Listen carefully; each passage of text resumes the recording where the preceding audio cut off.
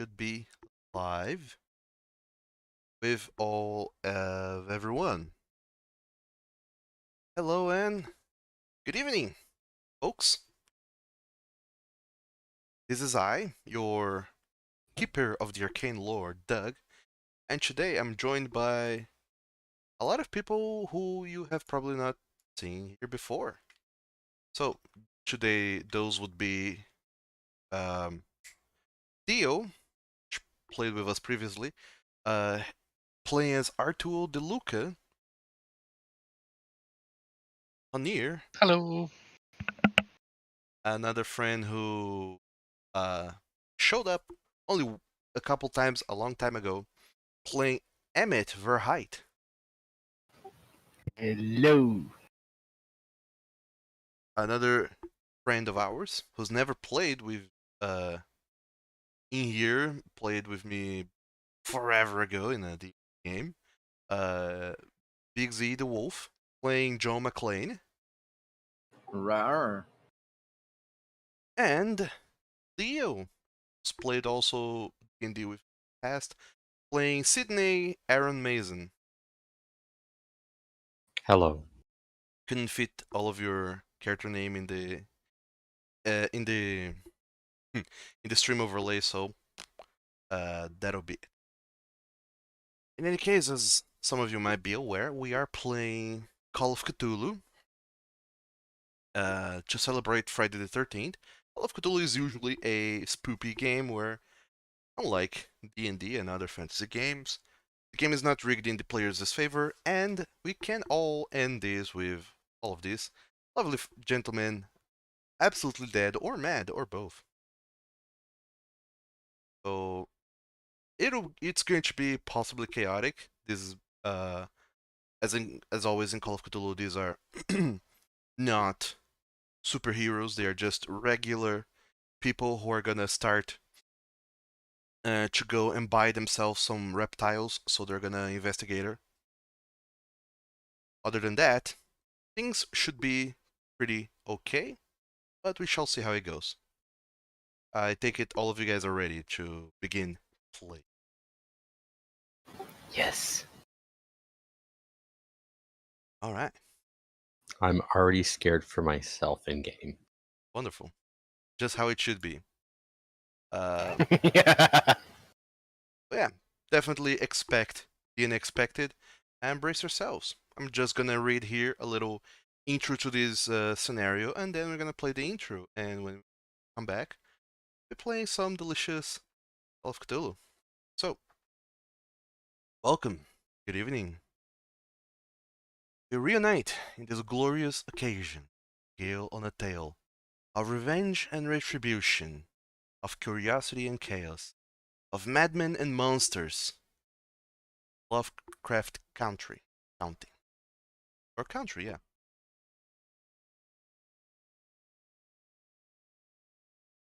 As is customary, Lovecraft Country is full of unexplained mysteries, full of things that should not be, things that do not belong. Yet, tonight, four gentlemen, or rather, tonight, four gentlemen will have their destinies meet as they are called over to the house of one Enid Carrington, who will report about a case of vandalism that is taking place right now in the middle of the night as everyone sleeps. However, this case of vandalism is not as simple as it sounds, and we'll see them potentially going through madness itself. So, enjoy the show and prepare your minds for adventures in a world beyond imagination that starts right now as we lift the cosmic veil.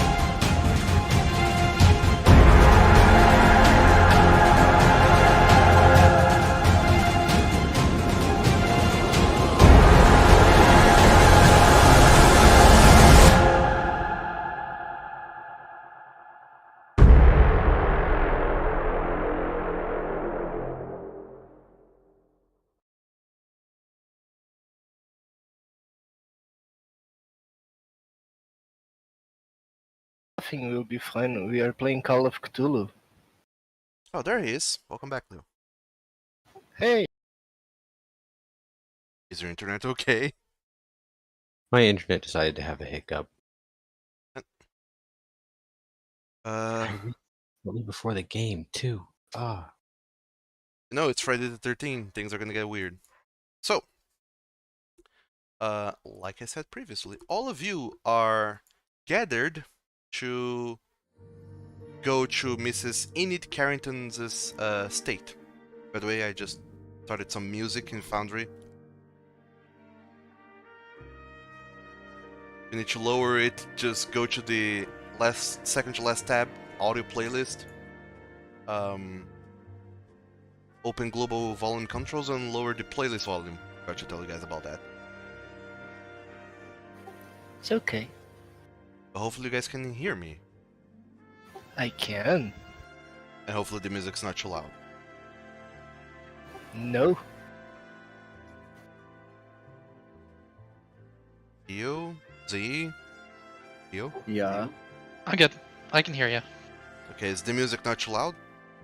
I can hear you, but I can't hear the music. I have the music adjusted from the last time we played still, so. Good. Maybe the music will take a little while to load, but it should load. I hope. So, it's time. There was no last time. Sorry, still in D&D mindset. All of you have been summoned to Mrs. Carrington's state. It's early-ish in the morning, about 9. All of you have had your phones rung, or someone just kind of came to you, told you that, "Hi, Mrs. Blah blah blah. There's been a problem at Mrs. Carrington's state, and you are requested, seeing as you have you are acquaintance of the lady. I need you to go to this address. Try to be there with haste. She does not like to wait." And then all of you check the address for the Carrington state. It's kind of a far-ish portion of town, kind of near some marshes that are there in the region, in Ipswich, Massachusetts, Lovecraft Country. And all of you do your best to go there through each one of yours individual means, either be by car, by bus, maybe you live close enough that you can walk. And you make your way over there. When you arrive, you see that there's a big construction going on. There's a whole new manor that is being built there. In fact, there was not a manor there a few months ago. It's being built from scratch in the Carrington state. All of the manor is being built. There's like scaffolding all around. There's a bunch of construction materials, some old-timey cars here and there, bringing like a bunch of construction workers who are just going around constructing. And then you notice that the path that kind of leads into the manor, it actually goes around this kind of central square, and the central square has a fountain in the middle, or should have a fountain in the middle. You see that the main construction portions for that fountain is there, and you see that it's completely destroyed, this fountain. There should be some kind of statue, you imagine, there, but all that you can see is that all scattered across the floor is a bunch of destroyed pieces of marble. And you see that there is, all of you recognize Mrs. Carrington in the distance. She's just yelling to the foreman a lot of stuff, and then she notices that all 4 of you arrive, and she immediately kind of turns on her heels and beelines for the 4 of you, and just arrives, kind of fuming. All of you brace to hear Mrs. Carrington as she approaches all 4 of you. "Where have you been? I have been waiting for hours for you. I called you, and I wanted you to be here whenever I called. It's almost 9 sharp." I expected more of you gentlemen, especially people of high stations as yourselves, but I suppose I was wrong. With all due respect, Miss Carrington, it took time to collect ourselves and arrive.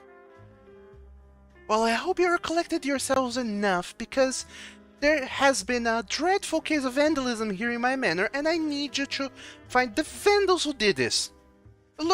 Look at this! And she points towards the fountain and the broken pieces of marble, and she says, "These will set me back weeks for the gala. Do you think it's easy to find this kind of statue just around and about? It'll take weeks for me to import it again from Italy. It'll take forever to arrive, and just solve this mess." I called all four of you because, you know, Mrs. McLean, you probably have some contacts with the police who should look into little miscreants in the neighborhood who might have driven about and done something. Maybe your colleagues at the station have something to say about this neighborhood. Find something about that, if you will. Mr. Verheit, I know that the papers will love to write about what's going on in here, and you probably have some contacts that you can call to see what's going on. As for you, Mr. DeLuca and Mr. Mason, I call you as well because I don't care what has happened. I just need it solved, and I need to make sure that there will be absolutely no problem whatsoever going forwards. This construction cannot be delayed at all. You get it? If you need whatever it is you need to do to ensure that this problem is solved, do it.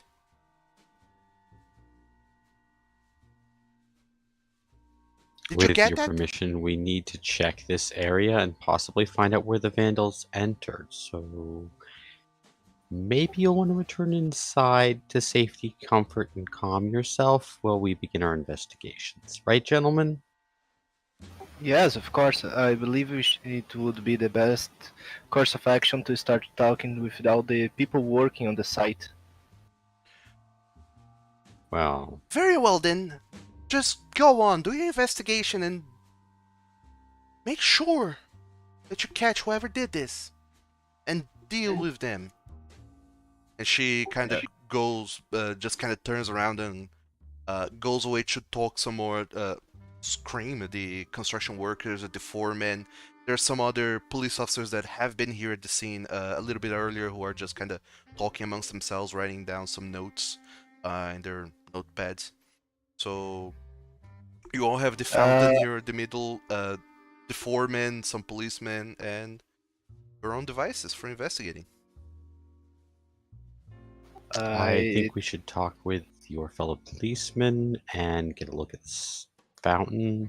I say again, perhaps trying to find if and how people got to the fountain before we start bothering the foremen and construction workers. Just in case any of them had anything to do with it. before we Yeah, talk to them. this can't be a just a bunch of hoodlums. This is planned. Can't just drive off with a statue. If they were trying to remove the statue, I think they failed to do so in one piece, considering it's broken. Yeah, it seems more like vandalism than someone trying to steal the goddamn thing. I mean, this is something very big.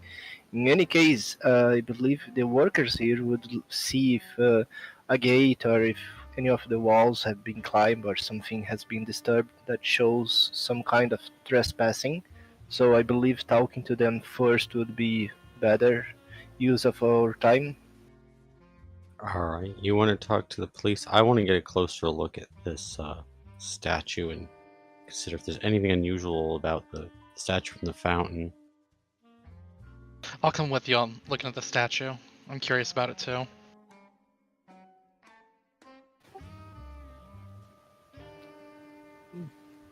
Alright, so are you guys investigating the statue first?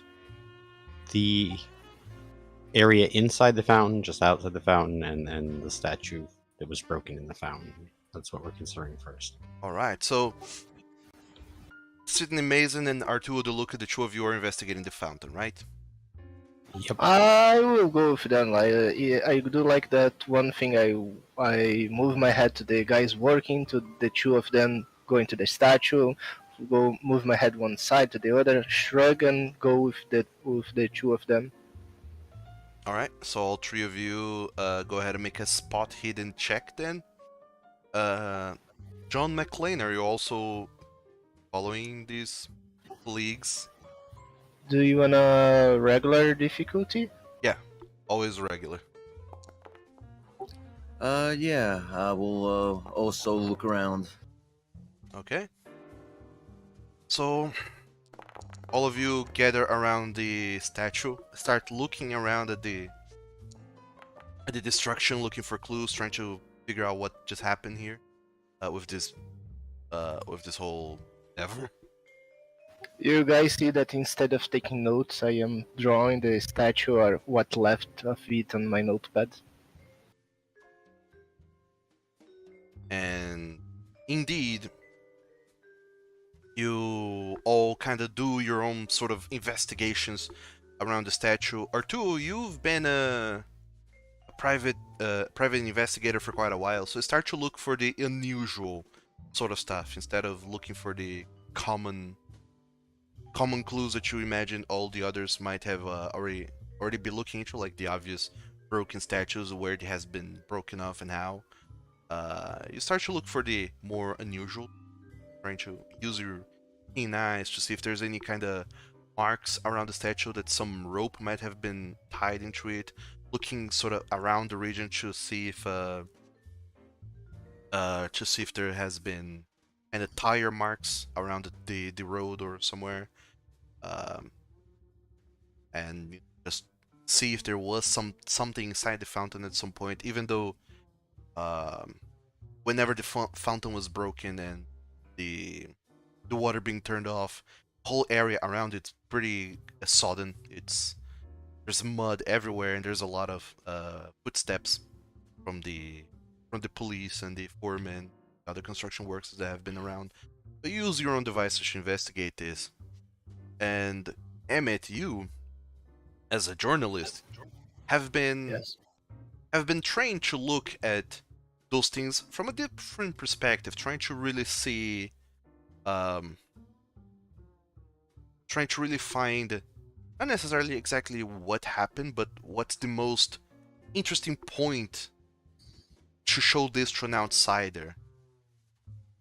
As a journalist, you want to report the truth, but also make sure that it's very interesting, very appealing, and you start to kind of walk around the fountain trying to see the best angle at which you could visualize what it was before and what has made it get knocked over into the side and fly about 10, 20 feet, get scattered into the grounds. John McClane, as a police officer who's mostly been just walking around town dealing with gangs, crime in 1920s America, this case of vandalism is a little bit out of your sphere of knowledge, and you try to look at it mostly from the basics that you have been trained in the academy, and overall all of this kind of just mostly stumps you whenever you notice the seemingly lack of clues. You too, Sydney, being in the army for as long as you have been, as a military officer, you have been trained to fight, not necessarily to investigate, so all of this kind of stumps you as well. You're not entirely sure what even to look for. And the two of you, John and Sydney, you just kind of exclaimed to the other two that there's no clues, can't find anything. And surprisingly, the two of you, Arturo and Emmett, you agree. There are no clues whatsoever. All of the footsteps are accounted for from the foremen, the construction workers, the police officers that have been around, and there's no other kind of marks, tracks, anything to indicate what has happened. It almost seems like this statue was just knocked over on its side, by something that did not leave any marks, and after it was knocked over, whatever knocked it over just kind of vanished without leaving any kind of marks. We investigated the statue, the broken pieces a little bit further, and they seem cracked and a little bit scratched here and there, but these scratches don't indicate much about the way that it was broken. And there are some marks on the inside of the fountain where the whole thing was sodden, and it looks like something was resting in a portion of the fountain before the water was turned off, and whatever it was that was there was removed. So that's all that you gather from looking at this crime scene. Resting as in we see an indentation inside the fountain, a mark, or how do we perceive that? A mark as in, it feels like there was something there that was removed because all of the fountain and the surrounding area is very wet and moist, but there's like an area that is dry. It seems like water didn't kind of get there, and it kind of left an Okay, I indentation. know what you mean. Feels like something, some manner of object was there and isn't anymore. Yeah, something took the splash and left a dry area under it. That's what you guys gather from looking at this. So, my friends, I think on this area right here, there was something that took the splash of this water, and it was taken after the statue was destroyed. And I don't remember if Miss Amy Carrington told us about this thing that's missing here. I think it's worth ask her what's about. Maybe we can have a motivation to whatever reason this thing was destroyed, and oh, and I still cannot figure this out how, because there is no markings. It's like something came out of nowhere and decided to have a punch at the statue, and that's it. That's kind of bonkers. I think we should question the police since we're not able to ascertain much on our own here from this fountain situation. Well, at least it's an interesting day. Beats interviewing moonshine makers.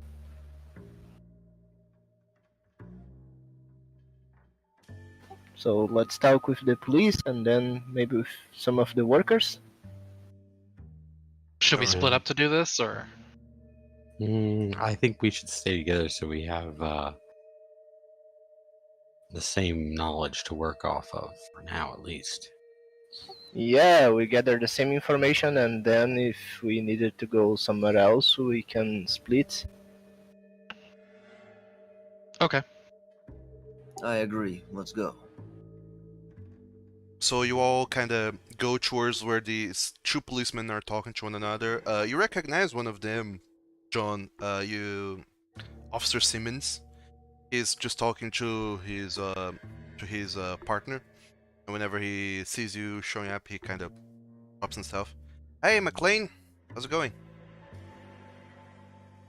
Simmons, it's been a while. I'm going okay. How about yourself? Do you know anything that has happened here? Huh. Say that Mrs. Carrington has put you to the job as well. Glad it wasn't me. That woman gives me the creeps, the way she screams at you. Well, we've been we've done a little bit of interrogating to see what we find, and the foreman over there, he says that there's nothing here to know about. He says that the other two construction workers were here last night, guarding the place, didn't see anything, and he said that there were whenever they showed up in the morning, it was already broken. Water was leaking everywhere. They rushed off to turn off the main, and then when they came to the fountain, they seemed to have found some rocks there. I don't know. Something smells fishy here, Simmons. Did Very they say if fishy. they took one of the rocks? Yeah. They said that they were storing them in the cellar, right over there. Has anybody checked the borders of the grounds to make sure there wasn't a obvious point of entry? Oh, we kind of looked around. It would be weird to enter from any other place aside from the road, seeing as it's kind of gated, fences all around. There's the gate, the only entrance to the street, and to the opposite side, it's kind of some hills overlooking the marshes. So, I mean, someone could have come in from there, but we did take a look, and there didn't seem to be any marks. Find that hard. Has anyone has anyone seemed suspicious at all in the way they speak? Um, can't say that I have seen anyone suspicious. Not at all. When you questioned the foreman, did they seem nervous at all? Well, they did seem a little bit nervous, but I guess it's because Mrs. Cartamy is here and she's screaming, berating at everyone. So, these guys are responsible for this work. So, I mean, anyone would be nervous in the face of that woman. I don't know. I couldn't get anything out of him, but he always had a much sharper eye than I have. So maybe I should ask him himself. Wouldn't hurt, would it? You certainly would know what to ask better than I have. Your colleagues. Well, I hope guys, I'm not wasting anyone's time suggesting this, but I'd like to get a look at the walls around this place on either side of the gate before we go off to talk to the foreman and try to get a look in the basement at this rock that was interesting enough for them to move. Well, from what I... Oh, sure. All right. Foreman's that guy over there with the mutton shops. The walls and the gates. You already gave them a look. There didn't seem to be anything obvious, but sure. Self. I'm just a bit curious about something. Who had the idea to move the rocks to the cellar? I don't know. It would seem it was something that Mrs. Carrington and the foreman agreed upon themselves, so... See with them. Interesting. I guess I can use track to double check the walls. My tracking skill. You're See looking if at the... anybody went over it. Okay, so as you go over to look at the walls, Sydney, and you kind of take a quick detour to check them, you really don't find anything obvious there at all. There's no marks, no tracks, no nothing. So no disturbed moss, no disturbed branches, no nothing. Okay. Nothing that you yourself aren't leaving behind or that the cops haven't done themselves, but it's clear to tell that the cops haven't been as close to the gates as you are getting. Alright. I guess I'm gonna head toward the foreman and see if my colleagues follow me. Yeah, if anything, I think they are going first as you go off to investigate the walls. Yeah, we are Ah. there and waiting for you. Okay, so I'm trudging back over to them. So, just as you reconvene with everyone, Sydney,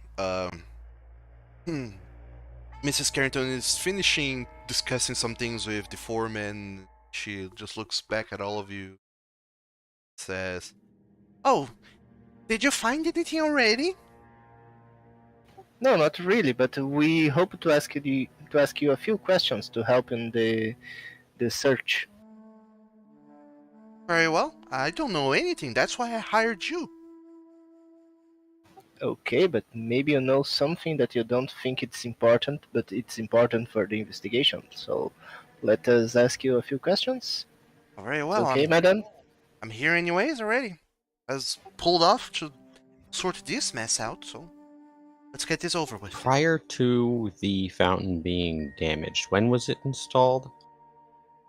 A week or so ago. And the statue was placed in it at that time? Yes, yes, the whole construction of the fountain finished about 2 weeks ago. Last time you were here, what time did you leave? It's been a while since I've been here, but couple days, perhaps? I don't come here often, there's nothing built. I just come here to check the construction, make sure that everything's going according to plan. But I leave the boys to work for themselves. I have more to do. And only 2 people were left from the construction team last night to keep an eye on things?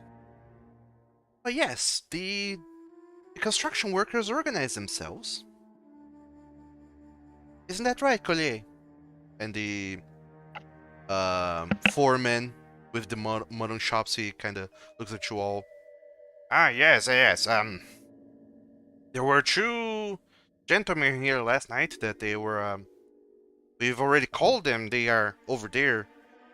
We asked them about it, and they didn't see anything. In fact, we And asked everything everyone. was normal when you left them here? Everything was normal whenever we left them here last night. And we called everyone today to make sure that things are all right. But well, nobody knows anything. Actually, except for Alfred, he didn't show up today. Oh. That is something. Was it the same 2 that moved the stones, or did you have other people move them? Um,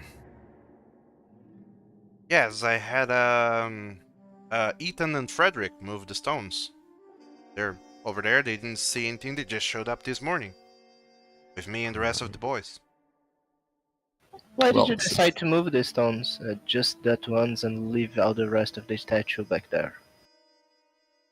At this point, Mrs. Carrington, she intervenes.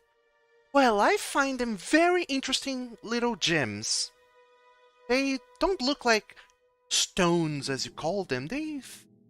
I think there might be some kind of gem, pearl, something. I brought them inside, and pearls. I'm just waiting for this whole thing to be wrapped up so I can take it to the Miskatonic University and see what they can find about these stones. They're probably valuable. Gems large enough to be considered stones or They pearls? were inside the statue, and you found out when it was broken? No, they were inside the fountain after the statue was broken. I think we will want to rehear the story from the 2 that were here last night. Maybe we can get some other details. All right, very well then. And the foreman kind of points you over to the 2 other guys. We're here. Mr. Ethan and Frederick. Yeah, Hmm. Ethan and Frederick.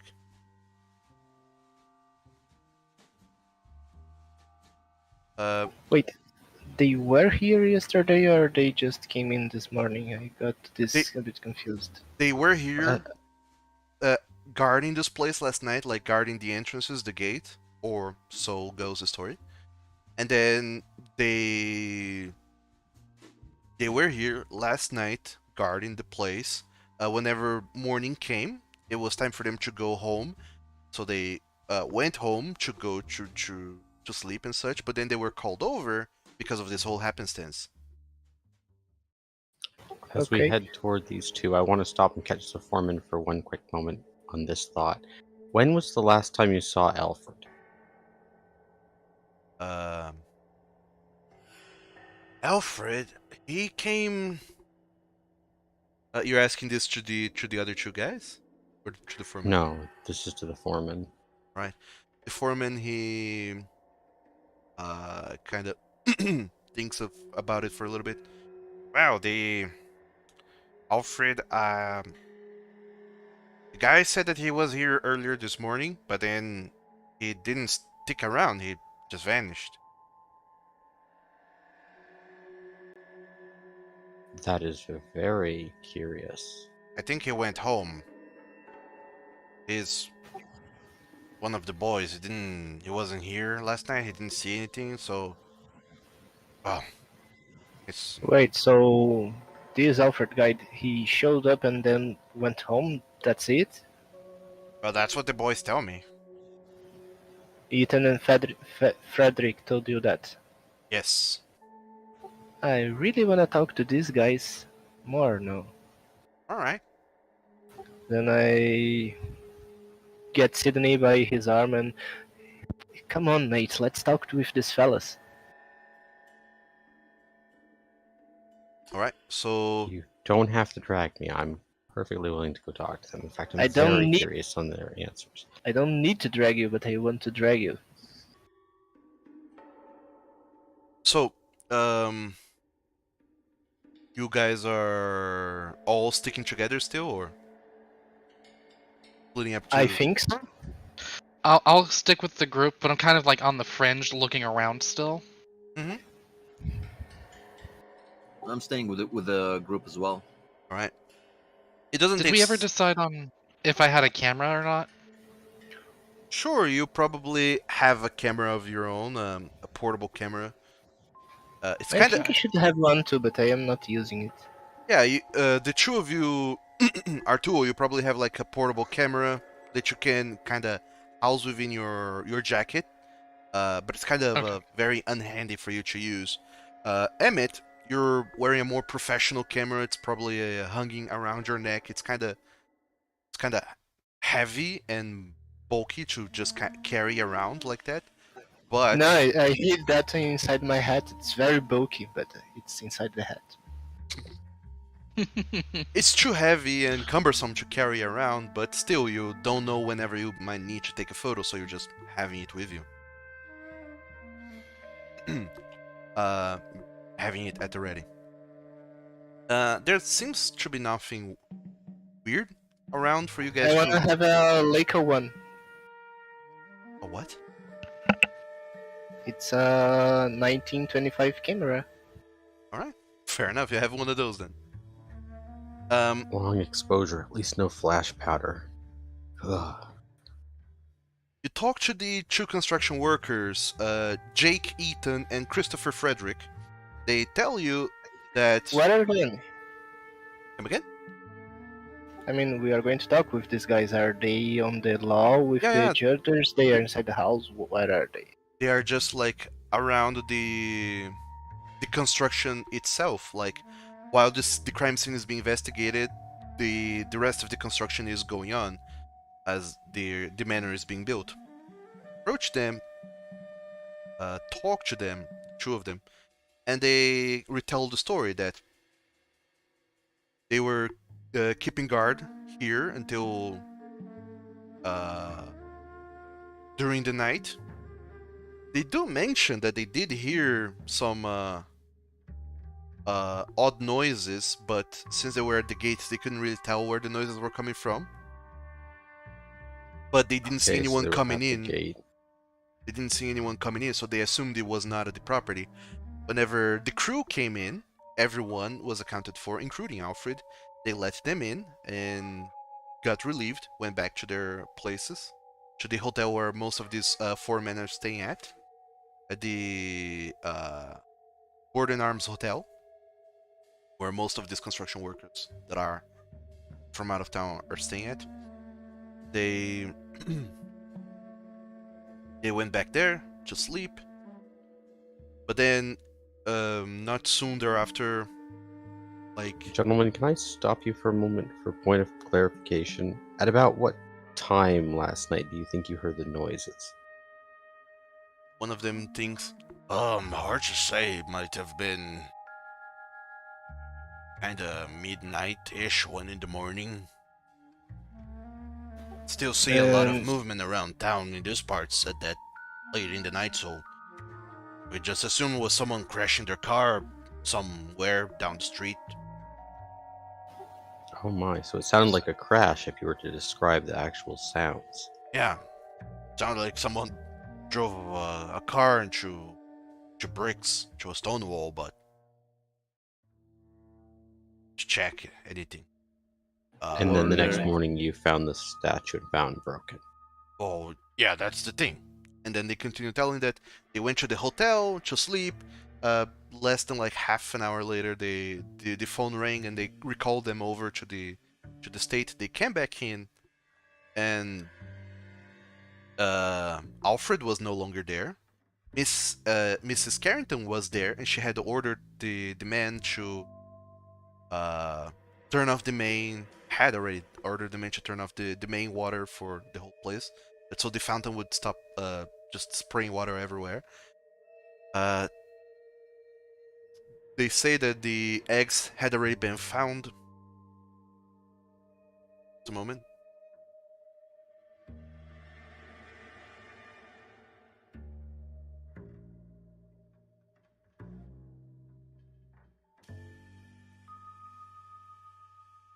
Sorry, someone was knocking at me. Where was I? So they found the pearls and moved. Yeah, they found the gems, or what Mrs. Carrington was calling gems, pearls. Um, she told them to move those inside. As she was calling the police, they were moved inside. And the foreman was also called and was just arriving to, go around the whole place and see what else is missing, broken, and that.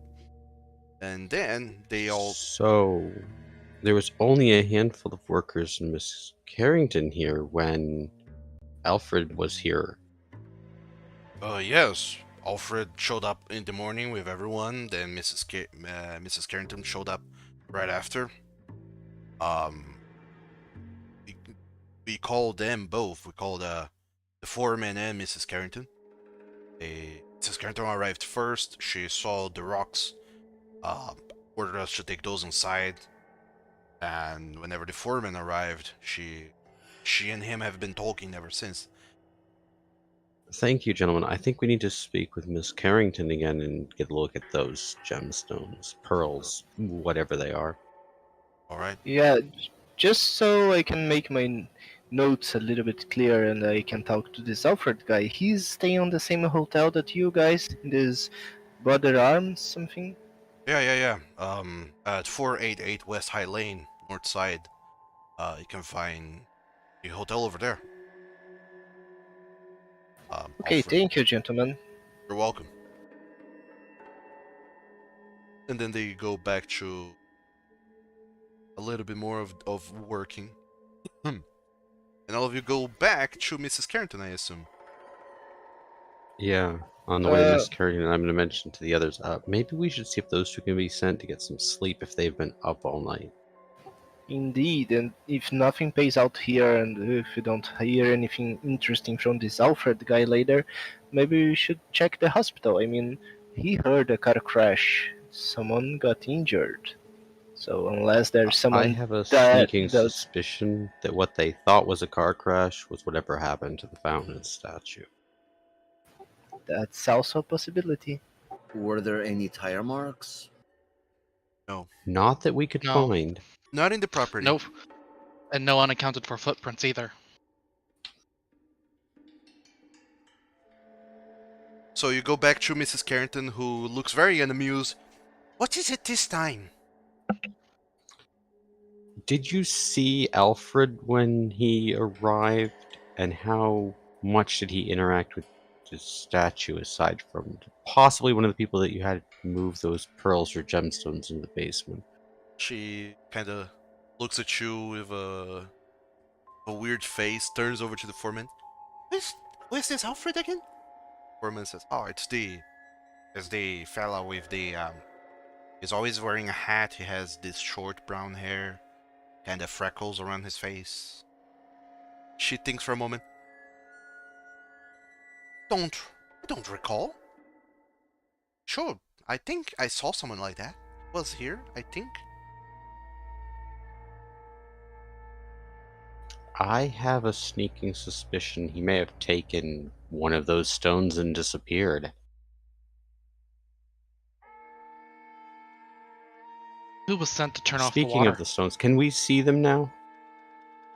Oh, of course. They're over there by the cellar. Simons, take them over there to see the stones. And Simons does just that. He kind of beckons you all. Follow me. Goes to the cellar. You see that the entrance to the cellar is a very heavy metal door. Kind of throws off some bolts to unlock it. Then kind of pulls it open. It seems very heavy. And then, as he opens the entrance to the cellar, there's a set of staircases, like some 4-5 steps, very short, descending into the cellar, and then you can see that there's mostly just workbenches here, with a lot of construction materials. This has not yet been turned into a cellar, but it's what they're calling it for now. You see the inside, on top of the work tables, there's a bunch of like rock-like things. I want to get closer and pay attention to. It's like a jigsaw. It was part of the statue that broke off, or this was the thing that was taken and left the dry spot. Yes, Yeah, what's the size and description of these rocks, gemstones, pearls? these rocks, they seem almost to fit like the indentation left in the stone for the dry area, and they're kind of not too large in size. They've all together they look like about 3 or 4 shoe boxes, maybe 6 at best. A single one compared roughly to a man's fist. Yeah, about Is that. it bigger or smaller? A bit bigger than a man's fist, maybe 2 fists at ish. Odd. Not too big. Something between 1 and 2 fists. These rocks, they look kind of odd whenever you see. The texture looks almost like they're made of seashells, and So, Mother Pearl. in look, it feels kind of oddly shaped. It looks almost like a banana shape. Looks like a petrified, swollen banana. Each one of those. They're kind of arranged in a bunch, so to speak. Several rows, layered, and do you just look at them, or are you picking them up to investigate? Uh, just to make it clear, like each one looks like a banana, or like if you put all together, it forms a bigger banana, Each one looks like a banana. and each the size of a fist. Yeah, between 1 and 2 fists. These aren't overly sounding like normal rocks. Could they be something petrified, like that was once alive? I don't know, these things like the weirdest spells. I think at least the clams that make this one would make a nice soup. So, But yeah, this is weird. are you picking them up to investigate them a little bit further? No. I am poking with my pens, Right. It like moving around using my pen. whenever you kind of go on. I wanted to consider their place in the natural world. Even though nature is not my forte, Your place in the natural world, sure. So while Emmett is like poking at it, it seems to just like make a knocking sound, like you're knocking on some kind of hard material. It sounds like you're knocking on stone, but not quite stone. It feels hollow. And Sydney, you may go ahead and make I imagine your sciences don't have any points in any sciences, right? no, I No, you don't have don't. any sciences. Make a science check regardless. Oh. That's why I was asking about natural, because I do have natural world. Natural world is more general. You're looking for something specific. Alright. So 1 in 100. Emmett, you can make a science check, or medicine check. Okay, just answer me. Science is the any? Yes, you probably don't have any specific science points at the moment. Yeah. Okay. Let's try it.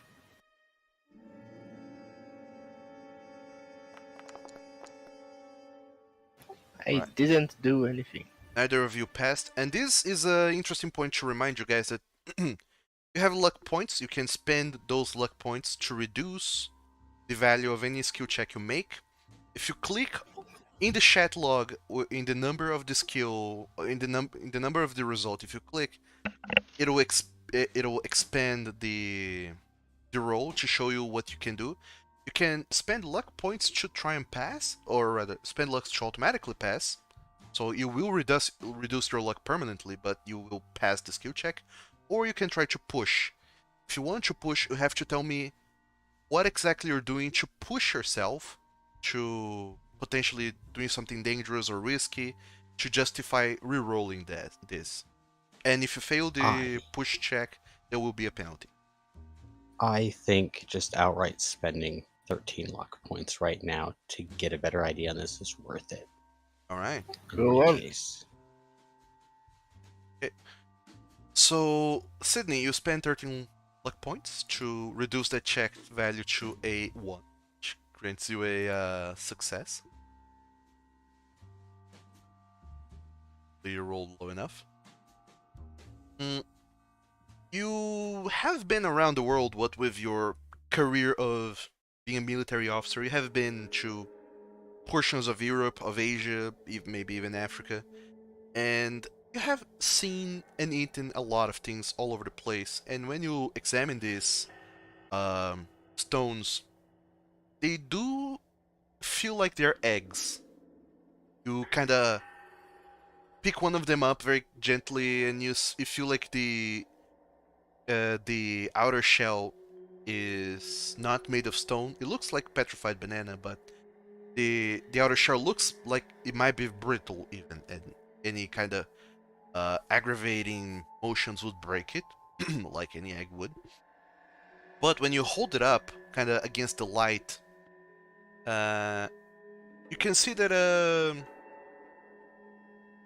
there's the shell is kind of translucent, and within you can see through the surface, and the inside seems to be filled with some kind of a fluid. It's almost filled to the brim with some fluid. It kind of churns about when you move it, and you see a solid blob floating in the middle,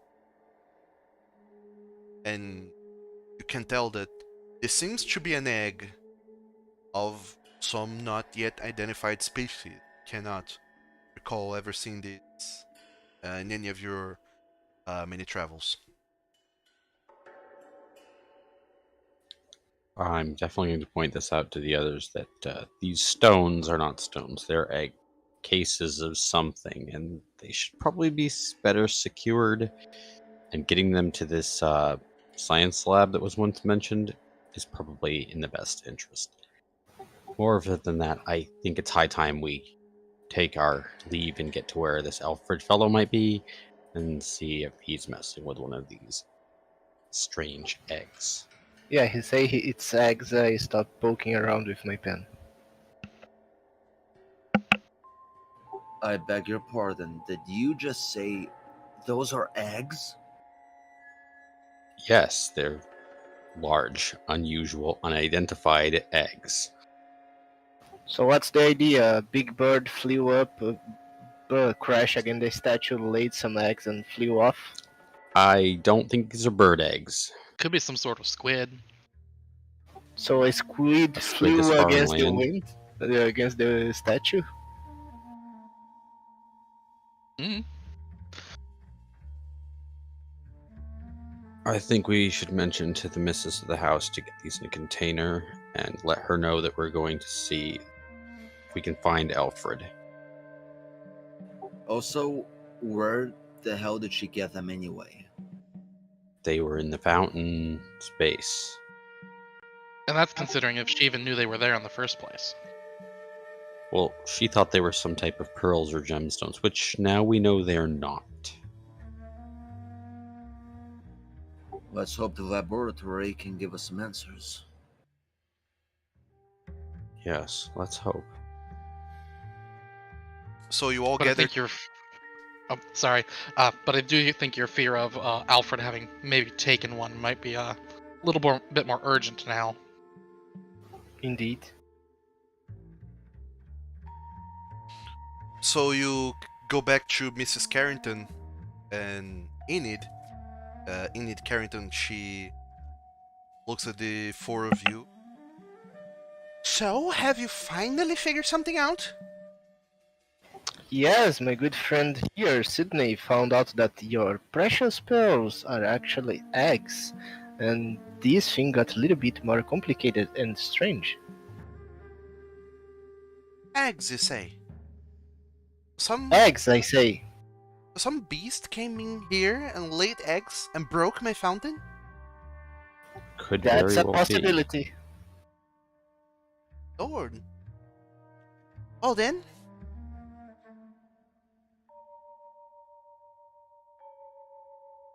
Well, find then me we need to talk with this Alfred guy. I came here because a friend drove me here, but I don't have a way to go to this Alfred guy very fast. Do you have a car that we can use? You should have a car. Aren't you a journalist? Oh, do I have a car, since I'm a police officer? One of you guys might have a car and drove here with yours. If you have a credit rating of 20 or above, you probably have a car. I Where have do a I rating see of my 40. credit rate? Come Oh again? wait, credit rating 20. Where do I see that? It's one of your skills. It's under arts, crafts. Do I need to make a roll? No, it's just a value. If your credit rating is 20 or above, you probably have a car. I Uh, have 20. I said a friend drove me here, so I'm sticking with that. Sure. Arturo does not have a car. He doesn't Yeah, have the money to buy a car. Doesn't make enough money. He barely gets by. So yeah, John and or Sydney, either of you or both of you could have a car, and you drove here. Well, I have a driving ability of 20 and a credit rating of 40, so I assume I have a nice vehicle. Sure. Can I you have a give us a driving hint? of 45. And I'm a police officer, so they give me a police car, right? Uh, I don't know how the logistics work then, but sure, you came here with a car that you own or have ability to do so as you please. I guess so. You guys wanna hop in my car? I'll get you there. Sure, let's do it. Alright, just so you know, I drive really fast, so buckle up. All right. So all of I think I'll follow you in that instance. Sure. All of you have the address, so it's not hard for you all to end up in the same place regardless. So you have been There's no talking. GPS. I want us to do a test to see if you don't get lost. I don't think any one of you need to make a test. John is a cop in Ipswich, so he knows the city well enough. Sydney is following him, so there's no need to make a test. Okay, I'm making a joke. I know. And I'm more so just explain things for context because Call of Cthulhu works a little bit differently from D&D. So it's good to get some things ingrained in your minds as the game goes on. So all of you talk, finish your conversation with Mrs. Carrington, with the foreman. Explain Yes, the whole I situation. do want to stress to her that she needs to get someone from the lab, get them secured in the lab as soon as possible, because with them being unknown eggs, we have no idea about the time frame, method, reason for them to hatch, and the last thing we want them to do is hatch and escape in her property. I'm sure that's the last thing she wants to. Yeah, and take care of, treat them with the utmost care. Let's not try to Of- break those. Of course, they are in my property, so they are mine, and I will be keeping them locked up in my cellar. I'll make sure to try and reach my son or my daughter. They both are Miskatonic. They are students there, and Maybe they know some manner of biology teacher who could make a visit. Biology. This almost might be a cryptozoology, ma'am. But we need to get headed to see about trying to track down this Alfred gentleman. Well, very well then. Off with you, go. Find me this beast and eliminate it. I don't want it destroying any more of my property.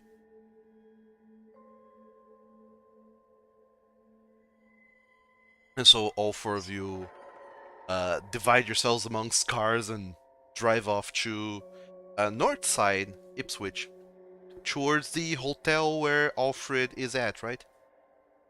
Yes. Yes. Hey.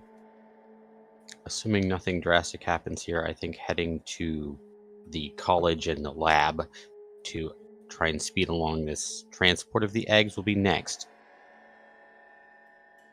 Sorry, what did you say? I was saying, after we speak with Alfred, if nothing drastic happens, we should try to get to the college lab to discuss with people about getting the eggs in the lab. But first, our conversation with Alfred. That's an idea.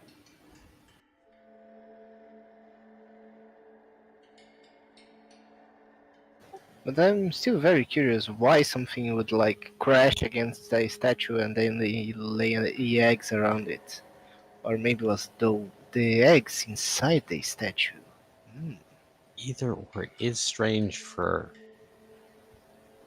something to seek water inland to lay eggs. You Very know strange. what is stranger? How are we having this conversation when we are not in the same car? True. Well, I did say that you guys could divide yourselves however you wanted, so... I know, but the police officer was very nice and invited me to ride in his car, so I'm going with him. Considering we've been very dragging well. each other around arm in arm, we may have ended up in my car. No, better. The two cars are racing and me and you are having a conversation through open windows. Oh no. Obviously, my drive auto is much higher, so I drove there first. Sure. So, all of you then go over to the hotel. You knock at the door, and eventually a kind of middle-aged woman shows up at the door. Hi. How may I help you? Oh, my name is Emmett. We are here to talk with Alfred. I suppose the guys working for Mrs. Carrington are staying here with you? Alfred. Did you see Mr. Alfred come back and what room he headed to, if at all? Alfred, the boy that works for the Carringtons. Yes, that's the one. We need to talk to him. Oh, I would like to have a word with him too. So are you saying he didn't come here this morning? Well, he did came here, but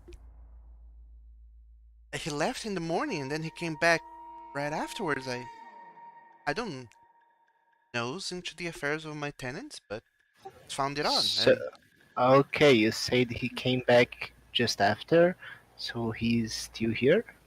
well, no, he was making quite a racket upstairs and then he left.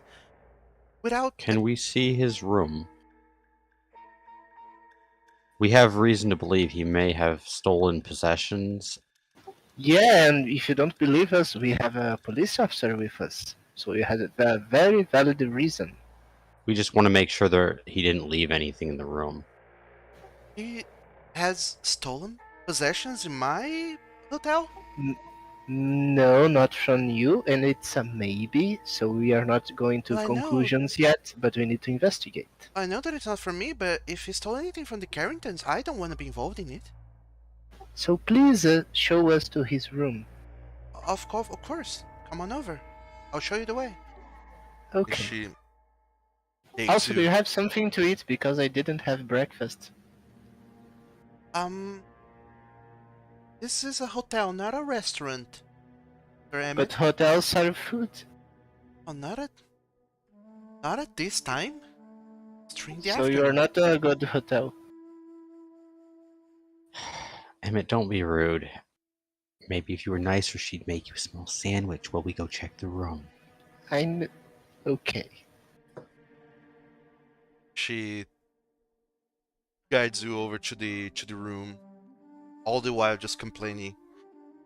And I told him that I tell all my tenants you cannot have animals around, and he was making such a ruckus in here, and I thought of coming and talking to him, but he had visitors over and I didn't want to interrupt, and then they all left, all in a hurry. Wait a moment, Miss. Have you mentioned something about not allowing animals here? Did he have an animal with him? I think he had, and I think this animal might have bit him. Why do you say that? Well, whenever he and his friends left, he seemed to be bleeding his hand.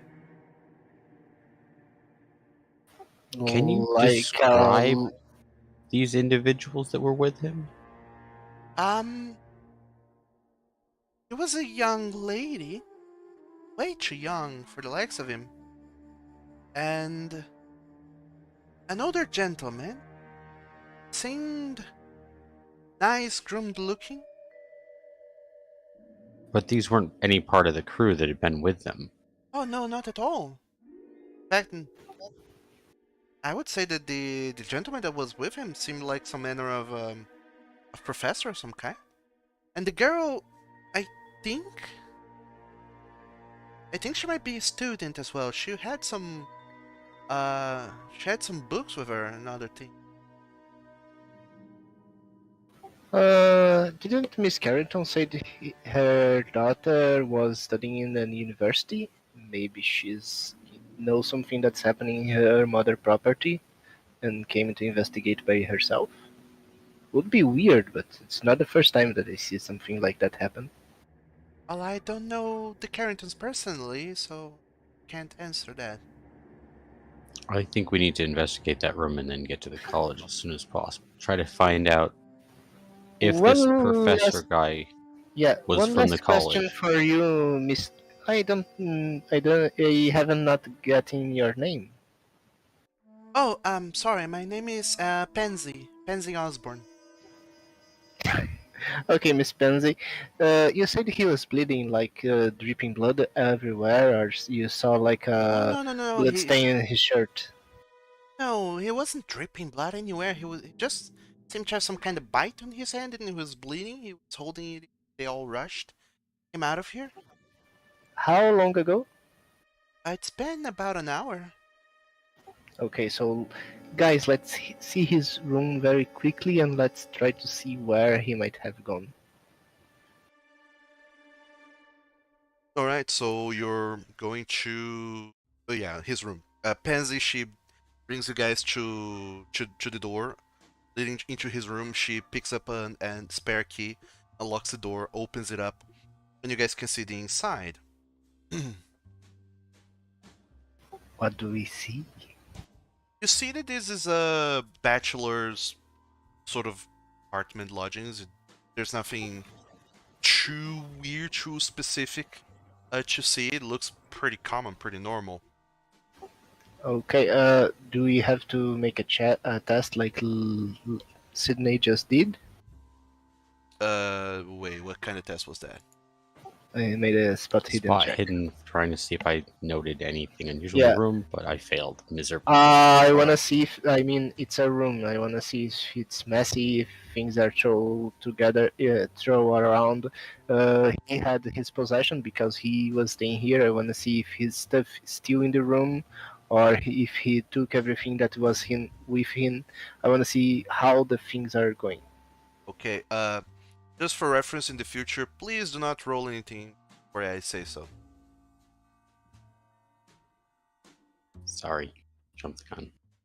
So, looking over the room, you do see a lot of things. You see, as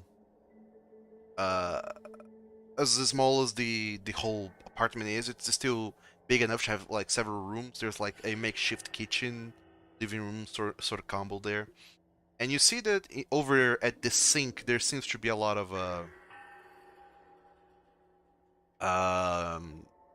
discarded shells or something. It looks like the shells from all the other eggs that you have found, but they're broken apart. Hey guys, I think the thing that beat him was something from the same eggs we found on Mrs. Carrington's cellar. I mean, look at this. So many shells. Furthermore, all of his things seems to still be there. His clothes, his belongings, everything is there. Nothing seems to be taken or rummaged in a hurry at all. Except maybe at most the bathroom light has been left on. You see, there's a little bit of blood on the sink from where apparently he tried to wash his hand. You assume. Miss Pansy, does he have a car? And did he leave with someone? Or did he leave alone?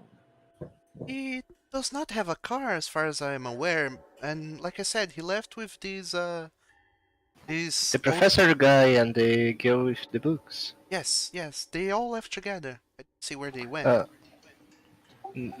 Alright, so we need to call the rest of the police squad, make sure we get a perimeter closed down so we know that he cannot escape that perimeter.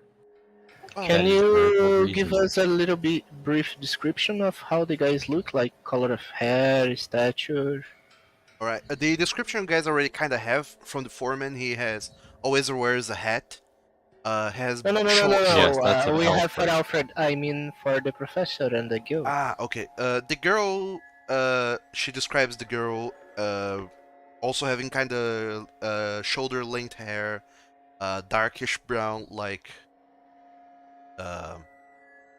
well, darkish brown hair. She seems to have very fine features. She seems kind of a little bit slender. Um, the professor-looking guy. She mostly describes his clothes, which are very professory looking.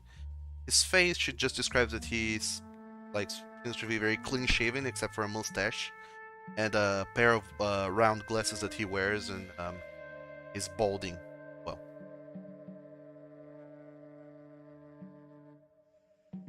Thank you very much. That will be useful. furthermore, following your investigations, as you rummage through most of his things, and Pansy doesn't mind that you're all rummaging through the things in the apartment, you all find a couple notes thrown in a trash can. Meanwhile, I also contact the police squad and say, calling anyone who's available to secure perimeter. We're looking for a slender brown-haired girl, a professor in a lab coat with a mustache, and some worker who's wearing a hat. If they're spotted together, report immediately. All right, you call in. You go down to your car to pick up the radio and report that to the dispatch, and the dispatch kind of starts reporting to all other police in the area over the I situation. wanna see what's in the note. Okay. So both notes that you find are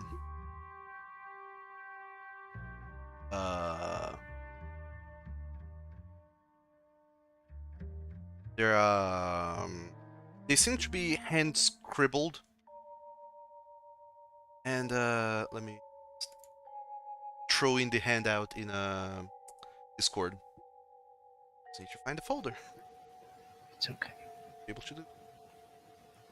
By the way, it can be something we done before. Do we have an idea of the shells? If it's from one egg, two eggs, three eggs, or something? You would guess that it's from one single egg. Okay. I think we should get headed toward the college. I'm going to say as I start heading down the stairs, reading this letter. Mr. Sidney, you can read this letter for us. Dearest Mary, I don't think you even know me, but I know you. You see, I work at your house. I'm not a gentleman like you deserve, but I'm a good man, strong hands and a good heart. You may think this sudden, but I have come to care for you.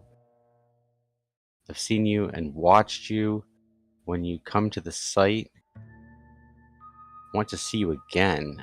I have a gift for you that you might like to bring to your dormitory tomorrow. It's a jewel of some kind that we found where we were building your house. It's really pretty, like a giant fancy pearl.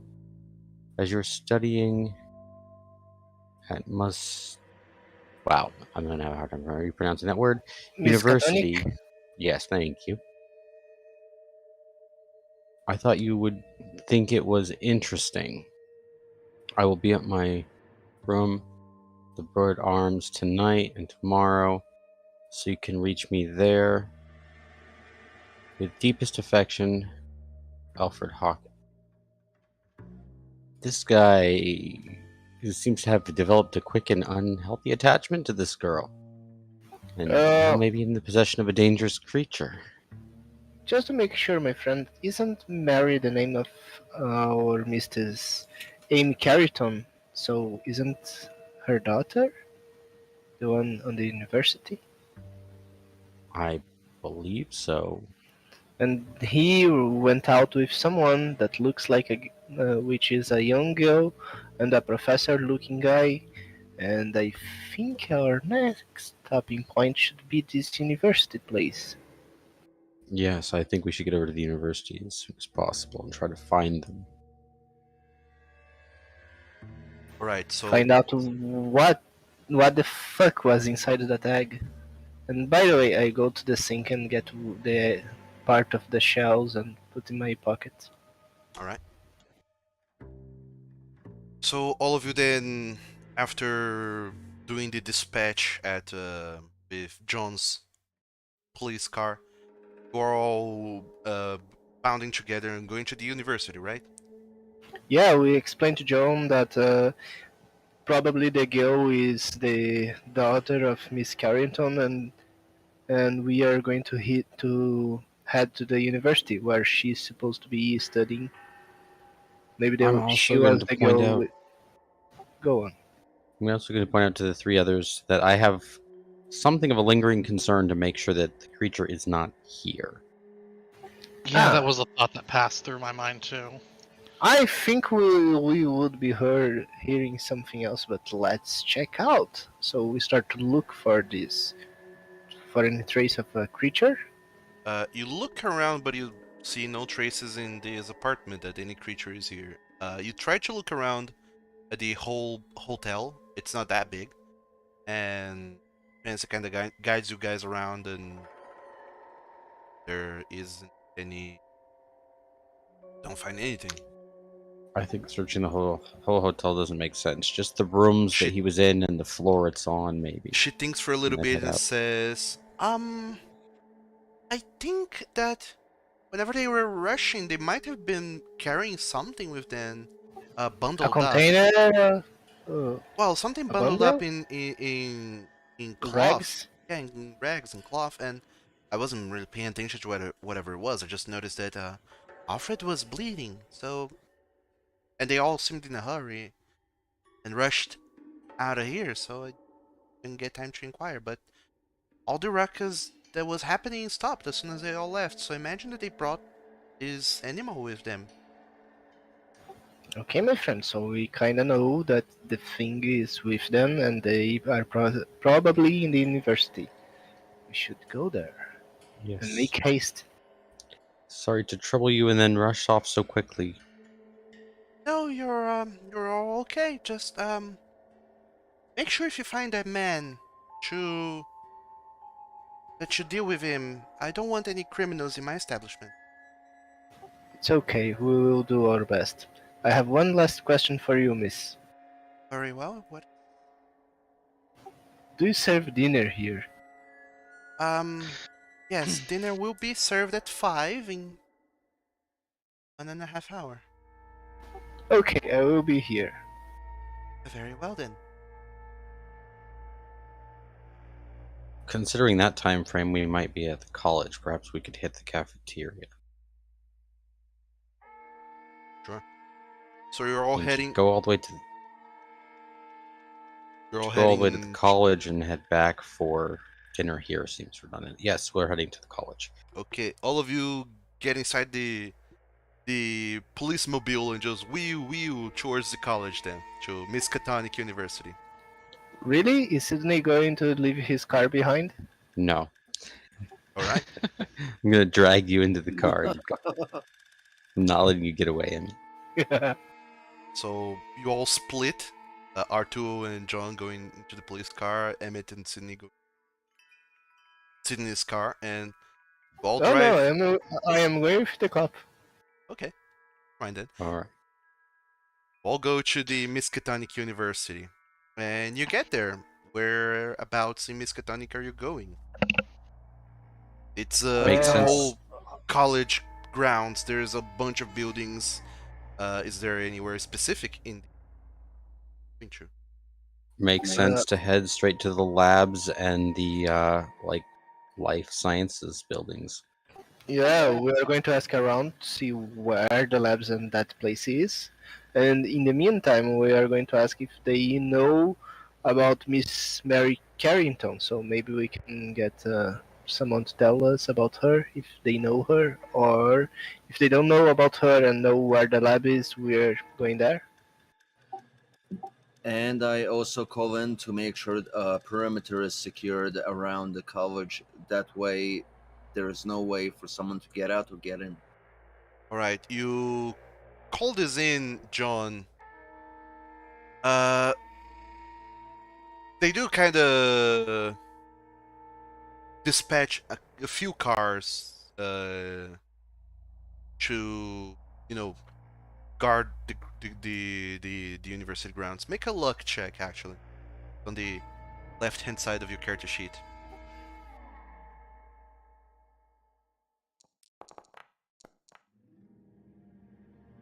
All right, they dispatch cars. You don't know that there'll be enough cars, like two, and college is like big, or maybe it might you will need to keep an eye out yourself.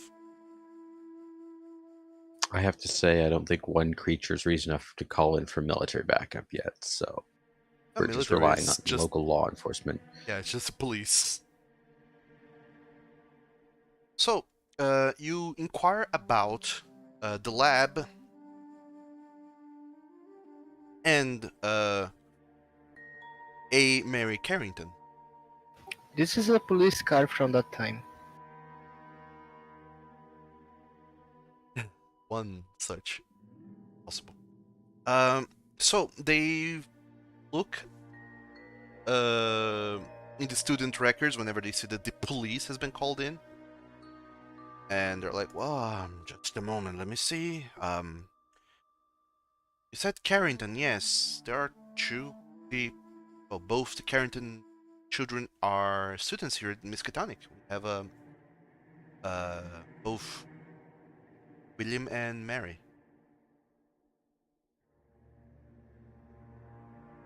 Yes, where can we find those two? Um, well, they both live at the dorms. Mary, she should be staying at the Dorothy Upman Hall dorms. Her brother is at the gentleman dormitory across campus. Okay, but that might lead us to a dead end. Is she supposed to be walking around with a professor? Someone that's balding, round glasses? Dr. Biden.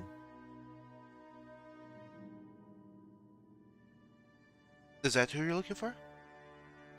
I think it is. Do you know that if she takes any classes with him? Um, I believe that she does. She By studies. the way, I'm very sorry, I didn't ask your name. Oh, it's all right. It's Henson. Marshall Hansen. Okay, can you lead us around the campus and show us where his classes or where his office is? I can tell you where it is, but I cannot leave the front desk. But My friend police here says you can. what are you trying to do, Emmett? I don't know, I just shrug. He looks at you, John, like unsure of what's going on, if he should comply or not necessarily. Emmett, let's just get the location of his office and the lab and head off and not bother this gentleman more than necessary. This Can is I roll psychology. intimidation? If we lose ourselves here, we might see things we don't are prepared for. I mean, last time I got lost inside a college and ended up in a room full of midgets sliding themselves across the floor. So I'm not sure if I want to take the risk. Can I roll intimidate and take my fist and smash it into my other palm? Sure, make me an intimidate check. John, if you're trying to get this clerk to follow you all. He says, I'm really sorry. I know that you're on an official business, but Use your luck. Use your luck. I have to stay here to guide other students and other people that might come. How much luck do I need to make this happen? So here's the thing. I think you need 20. Here's the thing. If you click on the roll, it'll expand like on chat where it says 50. If you click, it will expand and then it will show how much luck you need to pass. But if you want, you can always just push a roll. Explain to me what else you're doing that is risky or kind of too far out there to justify re-rolling, and then you can re-roll for free. If you fail a push roll, however, there will be consequences. Alright. I'm gonna push, and my action is I come really close to him. Really close. Face to face. Inches, if not centimeters, away from him.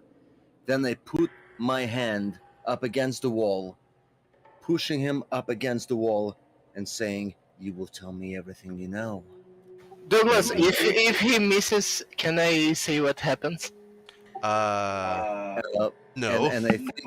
And I think I'm gonna roll a charm. No, you actually push the roll, so expand the roll and Well, push it. then, yeah. Alright, you... Can I Dude. give a suggestion? What is it? Text. So...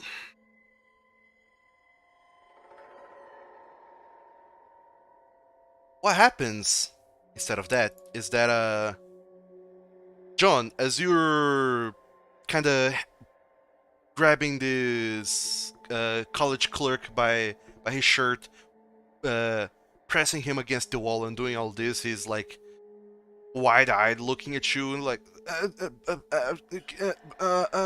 and trying to stammer as you keep just kind of just trying to hone in on your intimidation senses. And just as you're doing that, through the door come in two other persons who immediately goes, McLean, what are you doing? And you turn just in time to see two other officers that you're somewhat familiar with, Officer Berg and Officer Osborne. They look at you and says, what are you doing? Didn't you just call in a report? He knows something. We need to find out what. I bet you he can tell us where to find these people we're looking for. And they Even if he can, John, it's unreasonable to terrorize the poor man. Alright, you have a point. I ease off. They come in and look at you, John. They try to see if you're doing alright, if you're doing okay. So now I need you to make me charm check or persuade check.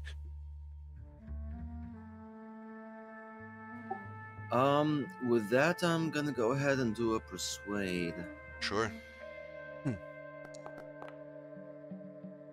There you go. Hey, there you Okay, go. that's so nice. So the other cops, they look at you going like, "Are you alright? Because if you found it, we can just pull off the search." But you convince them that no, there's more to be found and more to do. And they're like, "Alright then, we'll continue closing in the perimeter." You go on ahead, Louis. I will talk to this gentleman here and make sure that we can find what we're missing. He approaches the clerk. So, what's your name? And they start talking about all the information that you've just talked about. In essence, you do get like a general direction to the girls' dormitory where Mary stays at, to the boys' dormitory where William Carrington stays at, and to the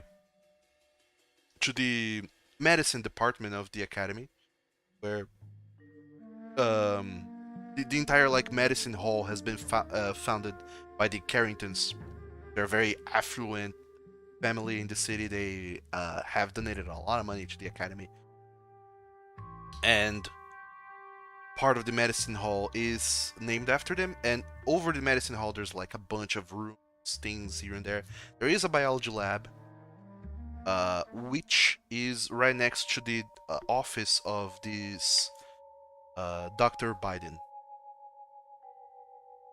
So it makes sense to head to the medicine building to check the lab by this Officer Biden's office, and if we don't find them there, then to head to the girls' dormitory to check Mary's room. Sure. So, you make your way to the biology lab. It seems closed and locked because there's no classes taking place there. And whenever you look over at the Professor Biden's office, it also seems to be closed and locked, and that he's not there. Doesn't seem to be at the academy. All right. I think we should go check Miss Mary's room, and if we can't find anyone there, then we need to get someone with a key to get into the lab. You sure we need a key? Shall we cause more drama or be systematic about this? I'm not breaking anything, no. There are ways to get into a room without breaking something. True. I mean, the administration should have a master key, so it should be fast to go that way. I don't think we need a key, and he pulls out a lockpick set from his like overcoat. Mr. Officer, let's look the other way. Let's check with Mary before we pick our way in, please. Okay. Puts it back in. So you all start to head over to the to the girls' dormitory where Mary should be at. Whenever you get there, it doesn't take too long before people over there direct you to Mary's bedroom. But the lady at the door, she just says, "Well, Mary's room is room number 3, but she's not in. She's recently left." What time did she left? Oh, couldn't have been more than 15 minutes ago. You almost just missed her. So she came here and left 15 minutes ago? Yeah. How did she look? I didn't really pay much attention. She was accompanied. By the professor, Mr. Biden, and maybe Yeah. somebody else? Yeah, there was a Professor Biden. He didn't really come in. They were just accompanying her for a while. Did you get any look at the young man? Yes, he was he looked a little bit disheveled. He seemed hurt. Was he holding a bundle of rags? Possibly? No, the professor was actually holding a bundle of rags. The young man seemed injured. his hand. How did you see the professor expression?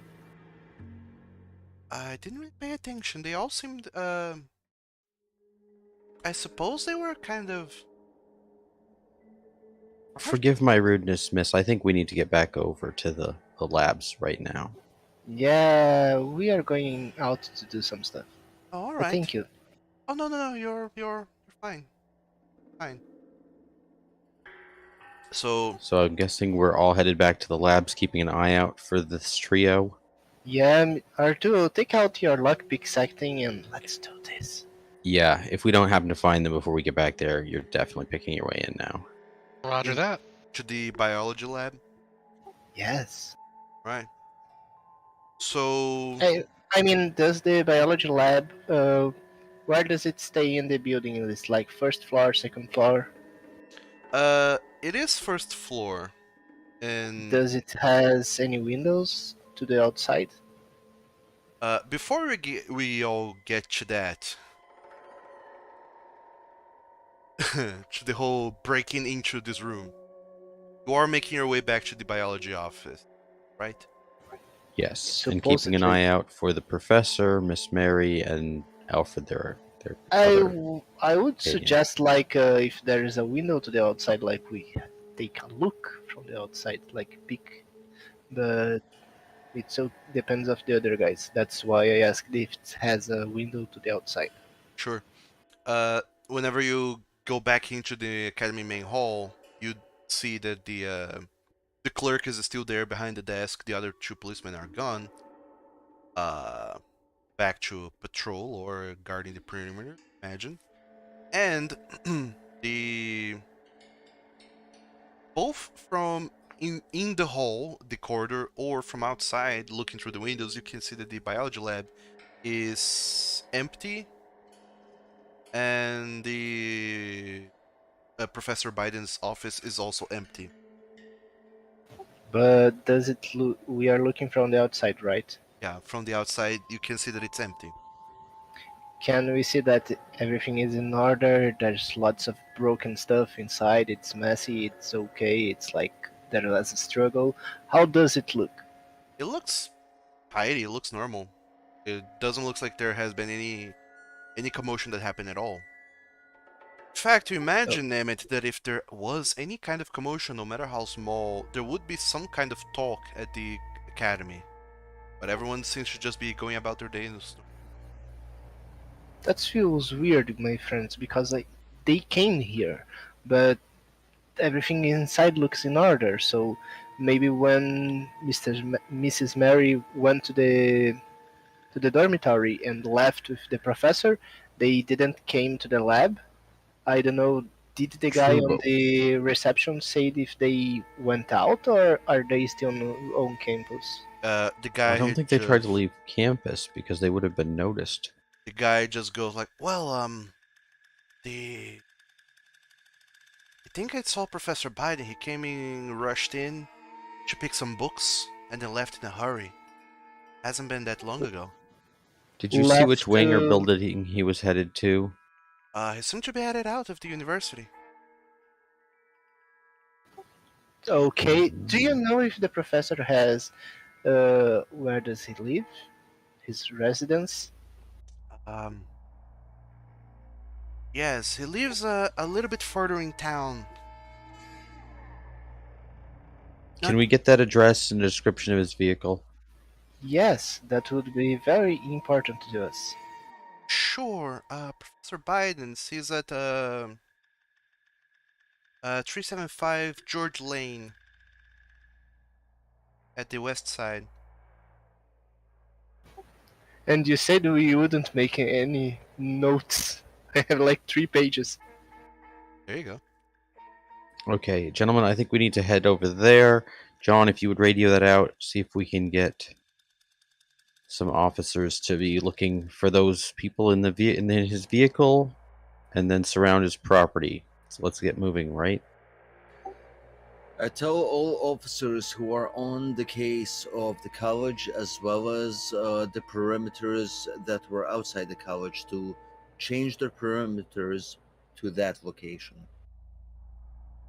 So just to recap, you said at first that they should be looking only at the college? No, to No, the no, new address. the first time to ask them. Oh no, the first time was around the area of the house that we were in. Ah, okay, okay. The So second time was the college, and now we're moving the perimeter to the new location. so around the time that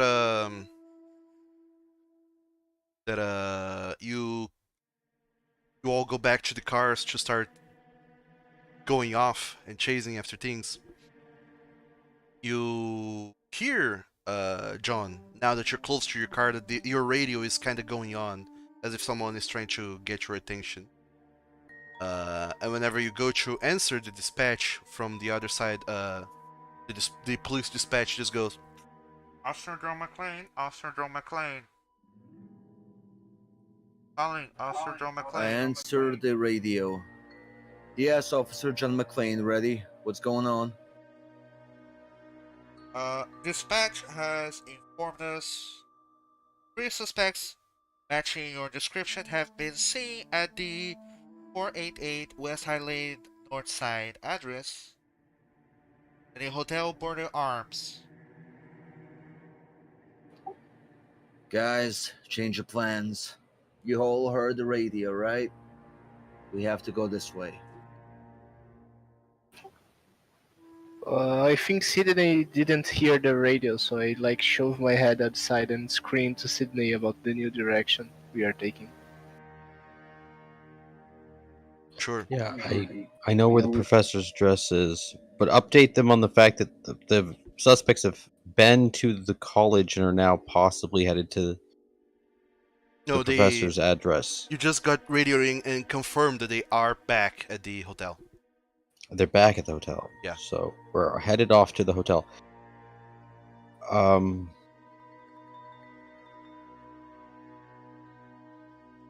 I guess it makes sense for John to let them know to observe, and if they try to leave, detain. Well, we're headed there. I'm going to scream that out to John as I jump in my car and start back to the hotel. I contact the precinct and say, everyone, make sure the perimeter is on this location instead. We have evidence that they were there. They are there now. We need to make sure that they do not escape this perimeter.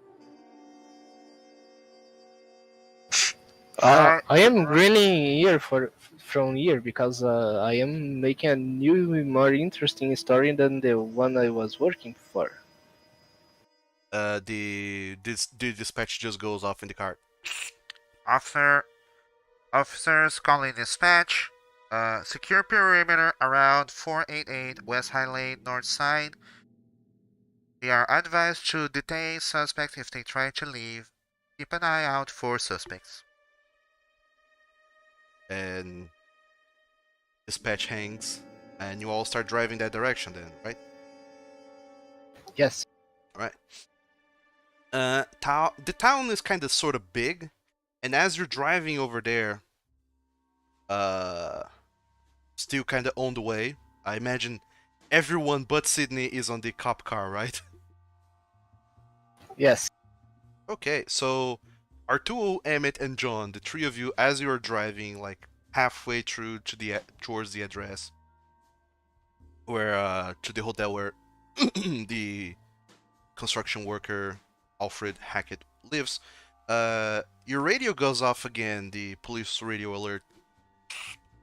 Attention, all police cars! There has been an incident at 488 West High Lane 9. There has been High Lane 9. Signs of breaking and there are dead bodies. There are signs of breaking in and dead bodies. Oh boy. Where was that address again? That was the hotel. Oh, okay. Did they just say 3 dead bodies? accident?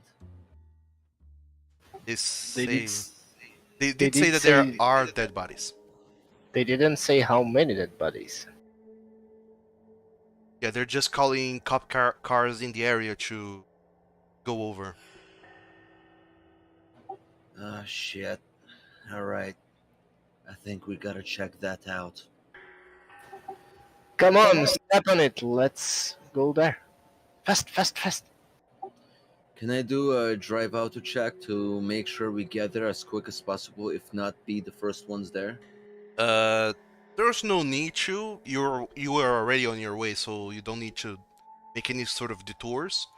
And there's no danger really of on the roads. You can just kind of turn on the siren on your cop car to make sure that the path is clear, and just kind of If he turns on his siren, speeds up, I'm gonna pull over and then follow him at speed.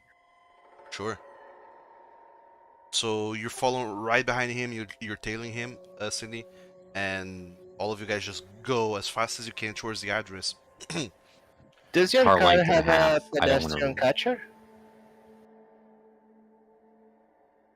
A what?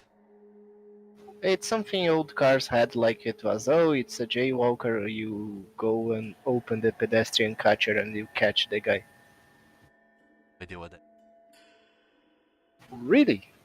I believe you're the only one who made any kind of research into the time era. Yeah. Well, nobody knows what a pedestrian catcher It's is. something like this. I don't imagine he has one of those. He might have, but don't suppose it matters? Or this. Those So they literally used to plow people into arrest. What? Would be fun. streets were for everyone, and then big car said no more. So, yeah, you all just kind of rush towards the hotel address. Again, you arrive there, there's only the cars, the one police car of the people that were told to keep watch over at that address. And you come inside, and there's immediately Pansy at the hotel lobby. She's kind of just, uh, she's very like appalled. Her eyes are wide, and she's unsure of what's going on. And there's one police officer who's just kind of trying to tell her that everything will be okay, and another police officer, you see that he looks shocked, and whenever he sees all four of you coming in, he says, "Oh, John, you're here for the dispatch." Yes, that's right. Tell me what's the situation. Um, Just one moment. Who is he consoling? one of the officers is consoling Pansy, the owner of the hotel. Oh, Pansy, okay. The other officer comes to you guys, he looks a little shocked. I don't even know what to say. I think it's better if you looking for yourself. There's been some bodies. How many bodies? Chew, Bale.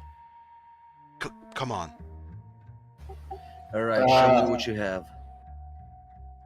And they guide all four of you then upstairs to. I'm gonna stay outside the room and just listen to the description. I'm not in the moment wanting to deal with this. Sure. You guys see me lifting my hat and picking up a camera? So all other three of you, Arturo, Emmett, and John, are going into the room, right? Yeah, Yes. sounds about right. All right. So all. By the way, officer, what's your name? So you kind of pull this man into a break, and he turns around. I'm Officer Dillon, Jake Dillon. Let's Why? go, Jake Dillon. Uh, Because it's important. You are the guy here responsible. I like to have my notes organized. all right.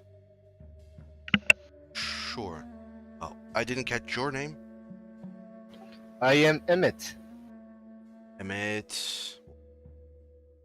Emmett Verhate. See. Reporter, eh? Yes.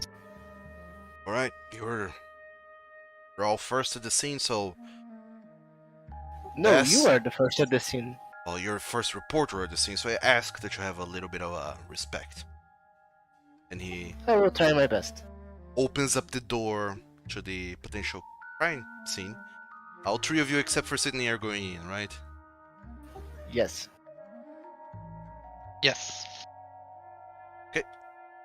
Is he older than me or something like that? Ooh, Mr. Dillon. hard to tell. Everyone looks kind of rugged at this time. Everyone smoked everything they could, so Oh yeah, legalized cocaine. yeah, everyone was doing all kinds of drugs, so everyone looks older than they should. So, Come on, mate. How bad is the thing up on the room waiting for us? so as you guys go in, you find that a portion of the wall close to the quote unquote living room half of the kitchen living room combo, the wall, the window has been completely destroyed and torn open. There are brick and glass laying indoors, littering the ground. You can see that right next to the window there's a body that's just kind of collapsed there. Well, not actually collapsed, just kind of thrown about. You can see that it's resting in a very unnatural position, like it was thrown with force, and its head is missing. Corpses. This person's body head is missing. The other body you see is a man, just kind of laying there, arms in, legs spread open, just laying in the middle of the living kitchen. The chest is completely torn open, and there's blood and gore everywhere. And as you can see, there's this kind of blank, surprise expression on this face of this fellow, um, with short brown disheveled hair and some freckles on his face. I think we found Alfred. 100% do find Alfred, and you also find someone The else. professor. Don't know who that is yet, but I need all three of you who are inside this room to go ahead and make me a sanity check as you see this Just gruesome, okay. grisly murder scene. Wait, what check? Sanity. Do I have to make one? I went to World War One, so maybe Yes, the you Great do. War. All of you have Okay, to how- go ahead and make a check. How do I make one of? Oh, here. All right. John and Emmett, the two of See, you. I was so scared by the war that this is nothing. Arturo, you have been kind of, you have seen horrible happenstances before, but you were kind of already like with your nerves on end from all of the things up throughout this day until now, so you're kind of shocked and a little bit already unsettled. And when you see this man that you have been chasing around town hours prior, laying dead there in this room with his chest torn open, and the way that the blood is still looks very fresh. It looks that this didn't happen like more than half an hour ago top. So you're very like very taken aback by this. I need you to make to go ahead and roll 1d6. Lose that many sanity points. How do you roll in this? That would be just Arturo, but on the chat you will see that at the bottom there's a bunch of dice symbols. If you click any, Oh, it'll show up the formula in chat, and then you just click roll and you should roll that dice. So Arturo, you lose 5 sanity points in one go. That's a lot, actually. And what happens next what with seeing a gruesome scene in like this, it really kind of takes you aback, but also very hard that you have what is called in Call of Cthulhu a bout of madness. Woo! Make an intelligence roll.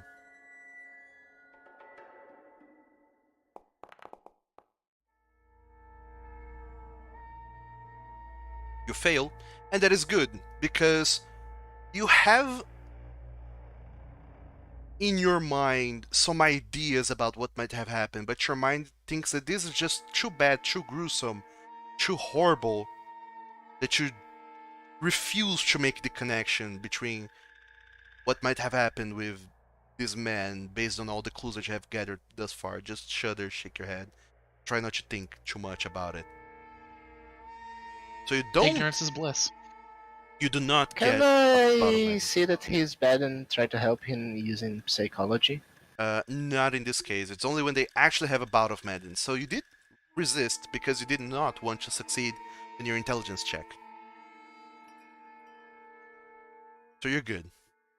Okay. But you're visibly like sweating and looking very appalled. You don't look so hot. I've seen bad shit.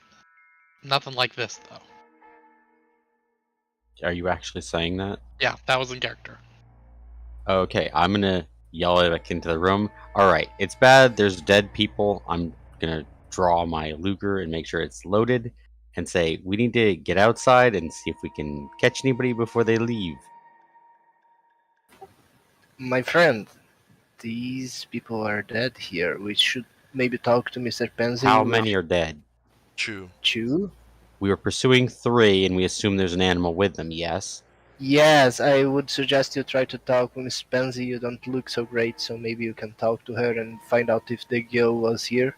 Mary, I think that's the name. And John. John is here with us, right? John and Mr. and Jake? Also, do I need to roll for that too? No, you passed on your sanity check. So while you guys go John, ahead and hold on. maybe they've... While you okay. guys go ahead and discuss your theories, I need to be right back real quick. So go ahead, discuss theories, and I'll be right back, and then we can move on. Peace break? Yes, peace break. And also refresh myself some water. Okay, I want a peace break too.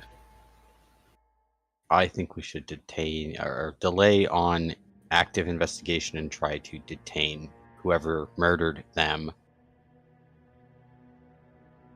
before Well, we continue it's talking to people to investigate. Possible that the creature did this. I'm aware of that. I think that's our most likely thing. It's Especially- been less than a day of this shit is born and it's already killing people. God forbid. What if it grows big enough to destroy the city? We need to make sure that we eliminate this shit. When That's gonna one of the go back reasons to my why car, I'm I'm thinking gonna grab my shotgun. exactly.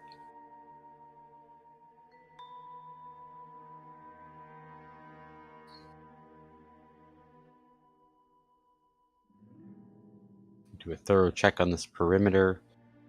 If we don't find it, we might want to go back and actually investigate the eggs and see if we can get an idea of what this is and how to kill it. Unless they've already hatched and done something. Yeah, that's a concern too. Well, hopefully that locked cellar doesn't have another way out. Think we gotta split up. And I think that's a also very have bad idea. I have a rifle. I am willing to give one of you a rifle to make sure that we take both things down. Because if that thing grows, Both things? we need to kill it before it becomes too big to control. Why do I you was- guys think it's more than one thing? There were 2 eggs, weren't there? One is in There research. was There were 6 one others. egg taken, and there was a number of eggs in the cellar. Yeah. What number we Yeah, didn't bother to the- check. I think it was 6 eggs in the cellar. We found enough eggshells, egg pieces here to make one egg. At least that was what Douglas said. So, Oh dear God, Sydney, can you please tell me, do we have C4 No. or C2? Did that even exist? Dynamite, lots of dynamite, at least a ton. High explosives would be something we could get from the military, but that'll take time. Tell them it's a bloody emergency and we're gonna frickin' die. All of us. Everyone and everything, if we don't blow this shit up now. yes, C4 only was invented in 1956. 54? 56. But you know, there's always the best remedy for this situation, which is fire. Fire. But again, what I was going to propose is like Sydney is not feeling so great, so he can go ask Miss Pansy if he ever saw Mary come around, or if the two guys came alone by themselves. And while he does that, we try to search for the thing, see if it's not inside the bed. Or Douglas mentioned that there was a part of the wall missing. I'm not sure if the walls here are like on the US. I mean, we are in the US. If the walls are like the hollow, so maybe the thing is inside. I don't know. I have a handgun on me. I assume some other people might have small arms on them. I also have a handgun. I'm gonna Okay. take a pee break real quick as well, but in character now, I'm gonna say, alright, I need to tell dispatch to arm their officers with high-powered rifles as well as shotguns.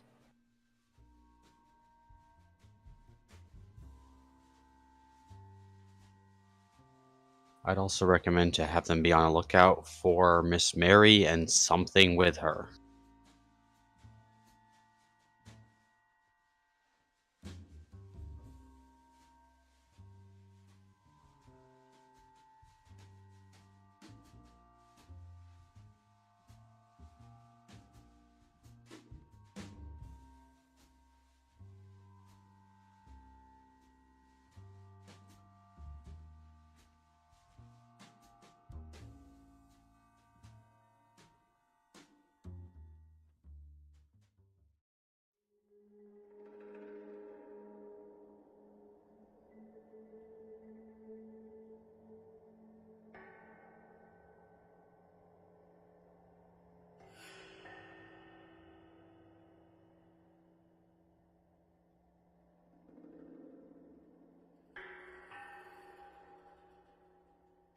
I have to say, I'm actually starting to miss the desk job I got pushed to. This is too much activity for me. Come on, Sydney. This is exciting.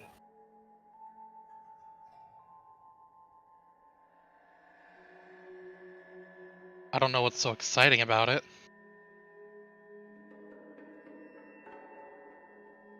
Too mysterious, according to you two. Gruesome murders. Yeah, do you guys ever see mysterious eggs, people with their chest burst open? No, this is news, and news can be interesting. I mean, I am being all the same research since the prohibition era started, so it's all in people making moonshine and stuff in the backwoods, so this is fun. I'm But back. news Don't like get me this, started on prohibition. news like Don't this think it's could a cause good idea. mass paranoia and panic, though. Okay, I'm back. What did I miss? We figured out how to make a nuke using 1925 technology, and we are setting up the nuke. Couple of No. rubber bands and a little bit of plutonium, yeah? Yeah. No. But for real, what did you do? Me and Emmett are looking around with handguns. Well, John goes to get his shotgun, and he's going to inform dispatch to tell the officers to be on the lookout for Mary and anything with her. He also is going to suggest to them to have high-powered rifles and shotguns. Okay, the officers, the people in dispatch are kind of wary, but they heed your words. The officer that's with you, Jake, he's like, "Oh, what are we even looking for?" Just I seems like don't know, Something some weird. kind of exotic animal or something. all right. So you're out with pistols, looking outside. No, we are in. First, we are going to start in the bedroom, see if it's not hiding under any beds, and because it's USA, I'm not sure if the walls are like hollow because you said there was a piece of a wall missing, something like that. Yeah, So the outside Emmett's wall. checking the room. I'm checking the hall, and then I think we're gonna move outside. Okay. Yes. And I speak to the officers and I say, "You see those bodies? Something killed them that is beyond whatever the hell we dealt with before. Make sure you are armed and ready for this, because we do not know if it's here or there." By the way, Mr. Keeper of the Ladder, something burst off that person's chest or something tore off that person's chest. Isn't there like a blood trail leading anywhere? That's what I was gonna ask about actually. The blood trail seems to kind of lead back towards the window and where there's the hole and to the outside. Also, there's a hole to the. I wanna see if like there's blood dripping from the hole to the outside, like the thing crawled out or just went to the wall, make a hole, and then. Poof. There's when you go to the wall, to the hole, and you look down, you can see like the street below, and you can see that there's like a faint trail of blood that just kind of disappears after a while.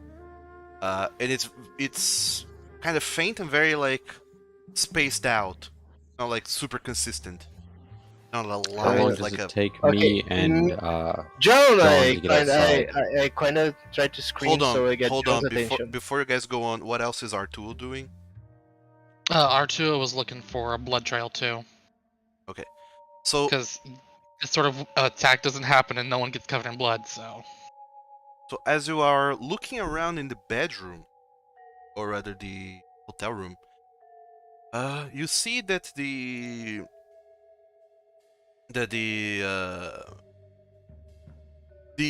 bodies, they're very close to the couch, and when looking at the couch, you see that there's some bags and other such things in there.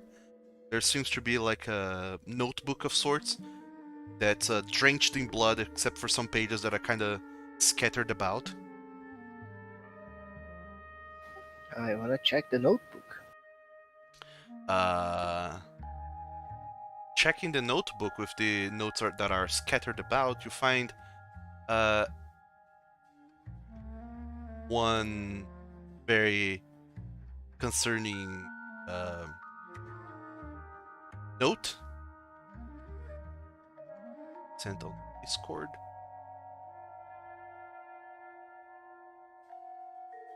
I will guess I will refrain from looking at that until such time as I might be shown the note. The creature is Considering about the I'm not size of a kitten, with a similar bone structure, but for the fact that it's often standing on its hind legs, allowing its forelegs or elongated arms to dangle forward. The claws on all 4 feet appear to be a cross between non-retracting cat claws and human hands.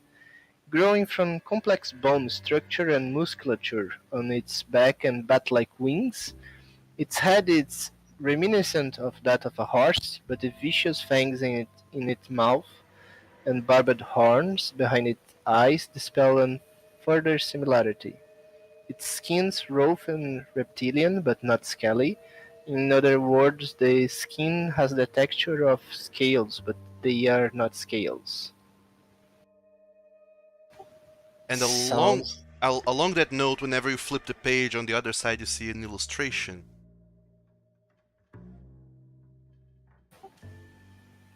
Hmm.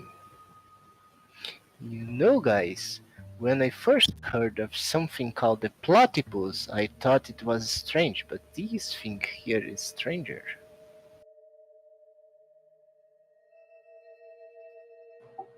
I need to report this to the precinct. My God, this is not an animal. This is a beast. What if it grows? Holy hell. We need to make sure everyone knows about this. Yeah, but I am also kind of worried that if you tell your friends about this, they are going to think you went bananas. What else could cause the damage that we saw back in the apartment? I don't know. I'm guessing we're in the hall now, everyone. Sure. No, yeah, I can have picked the notes near the coach and went to the hall. I think we need to quickly check the premises and then head back over to the estate and deal with the other eggs. Yeah, that would ASAP. be very important. And this thing here looks like to have wings. So I am not sure if you can track this thing down. The first thing we should go do is like go to that place and destroy all the eggs, because if one of these things made such damage, I don't want to see like 6 of them running around. So let's break those eggs. As you guys are having this discussion on the hall, you'll start to hear some ruckus downstairs. Someone seems to be kind of screaming at the people downstairs, like... Guns ready, head toward noise. Oh, jeez. Alright. You see a... I charge my shotgun and I go in ready, head first in. As all of you guys are armed to the teeth and go downstairs, you see this kind of young-looking, dashing man just kind of yelling at the police officer like, "No, but she told me that she is here and I need to see her. What has happened? Where's Mary?" On your knees right now! And he looks at all of you, finally notices all of you coming down the stairs, and he looks very confused, like, what's going on? What's this? Where's Mary? Calm now, Joe. I think this guy is not a problem. I don't Mary, you mean Miss Carrington daughter? Is that it? Carrington. Yes, yes, my sister. Where is she? Oh, so you are William. She's not here, but we appear to have found Mr. Binden and Mr. Alfred. What do you mean she's not here? She called me. Mary is missing? My friend, let's come. I kinda walk. When did she call you? I think like half an hour ago she called me from this hotel. She told me to come, and that's it. Okay, listen. Mary is missing. You need to get in touch with your mother and try to get her to a safe location away from the new estate. We need to get back to the new estate. Let's travel there together now. Hold on, I need... Where... What happened? Mary's missing. The people she was last seen with are dead. Dead? You can step in that room there and look, but I suggest you don't. Just take everyone's word for it. I need to see what's going on. Show me this place. No, you don't need to see what's going on. I will see what's going on. No, I think it's best we shouldn't. Really, guys? Really? You don't tell me what I can and can't do. My sister is in danger and I need to see what's going on. Don't you dare say no to me, or you will find yourself fired in an hour from now. Do you hear me? Carrington Lane carries power in this town. Be prepared.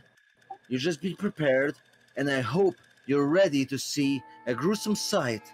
I hope you will keep your sanity, because holy shit.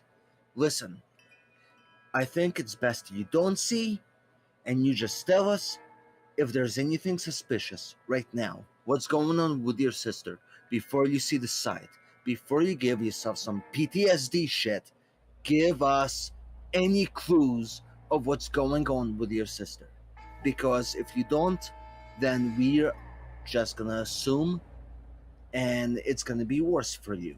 My sister called me, told me that she had found something, some kind of egg in this, with a little creature, and she told me to come and see it. Told me that she was with the professor and with some guy, and she told me to come here, and that's it. She didn't tell me anything else. We have every reason to believe that that creature killed the professor and Alfred, who is the other guy she was traveling with, and now your sister is missing. We presume the creature is dangerous. Show me this place then. My guy. Step in that room, and I'm just gonna gesture toward the room. But we need to get back to the estate and make sure your mother's okay and deal with these other eggs. He stops Listen, listening. you are He kind of just pushes past all of you guys and just goes towards the room. fuck him. I walk until where Miss Spencer is, and I try to shake her up, like, so she pays attention to me. She is paying attention to all of this. She's just looking like Okay, please, I know this is a scary situation, but tell me, Mary came here. Did she left? no, I didn't. I did not see she leaving at all. She came in with the same other two gentlemen as before, and then I just assumed they were doing something. I didn't want to intrude since Alfred was with visitors, and then some loud noise went on upstairs, and this policeman just came in through the door, went up there, and then I didn't see anything. I didn't see Mary leaving at all. Okay, but you didn't hear any screaming, anything like that? Just sounds of a ruckus or something happening? Yes, I heard a lot of screaming, and it seemed like a woman was screaming, but Okay, I point. I know more or less where the room is and where the window is facing. I kind of point in that direction. I ask, "What's on that direction?" direction I believe would be the Carrington State. Okay, everyone else. She is going to her mother's home. Maybe Mary is still alive and running from that creature. We don't have the time. I am basically dragging the people toward the car when I say that. Emmett, when the window is not like on the first floor, it's on the like third floor. I know, but like running for her life. So you With Emmett hear finally deciding to leave, it makes sense to head to the vehicle and head back to the estate. since you the excitement hear here. coming from upstairs that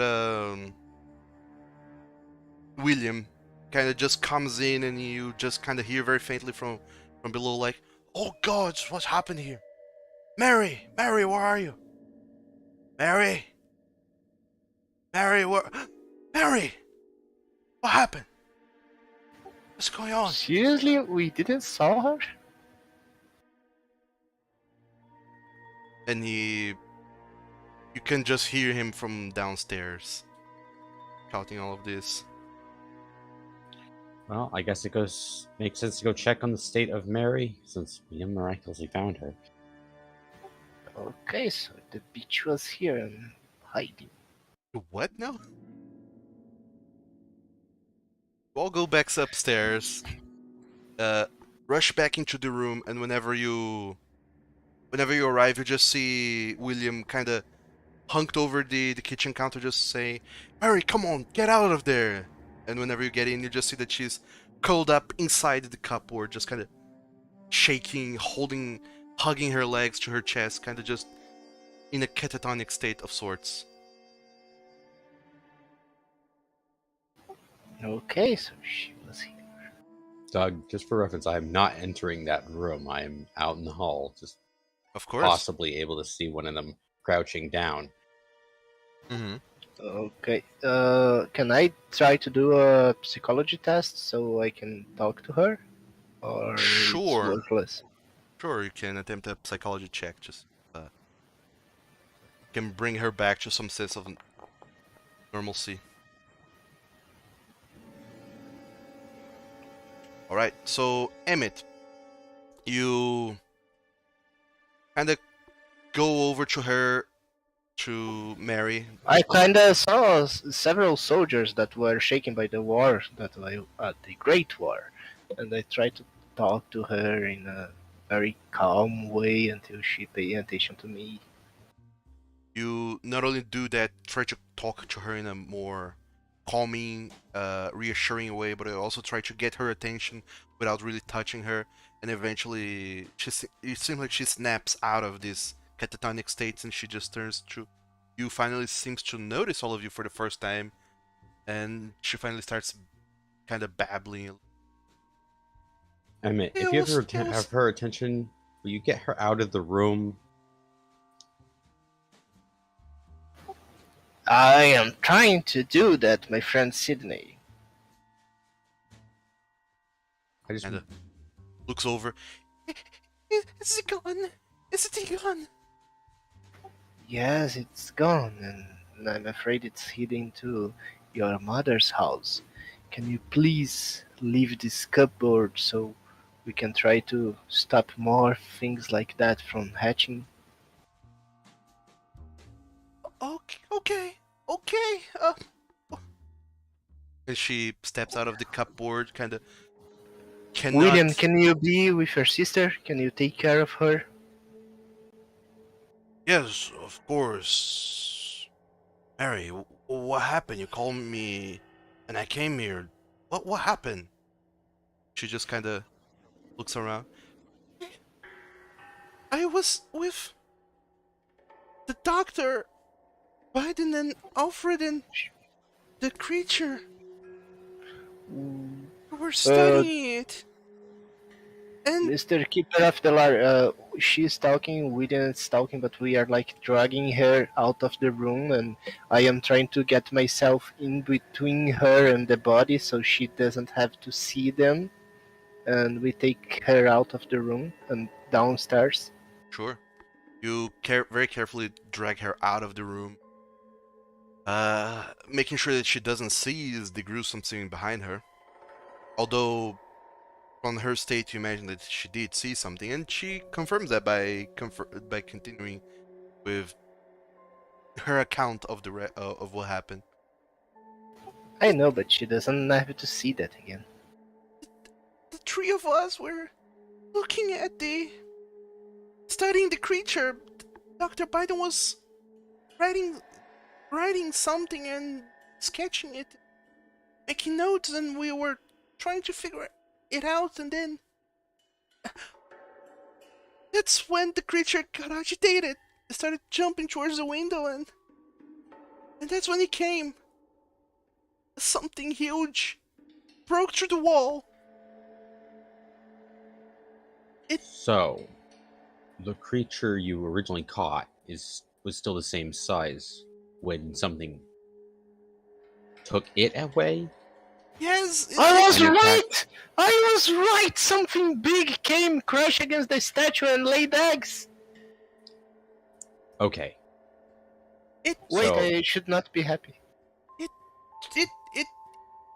it severed the head of the doctor and tore Alfred's heart out. Yes. You don't need to go through it. We can imagine it. What we need to do is have you go with your brother, and we need to get your mother out of the new estate.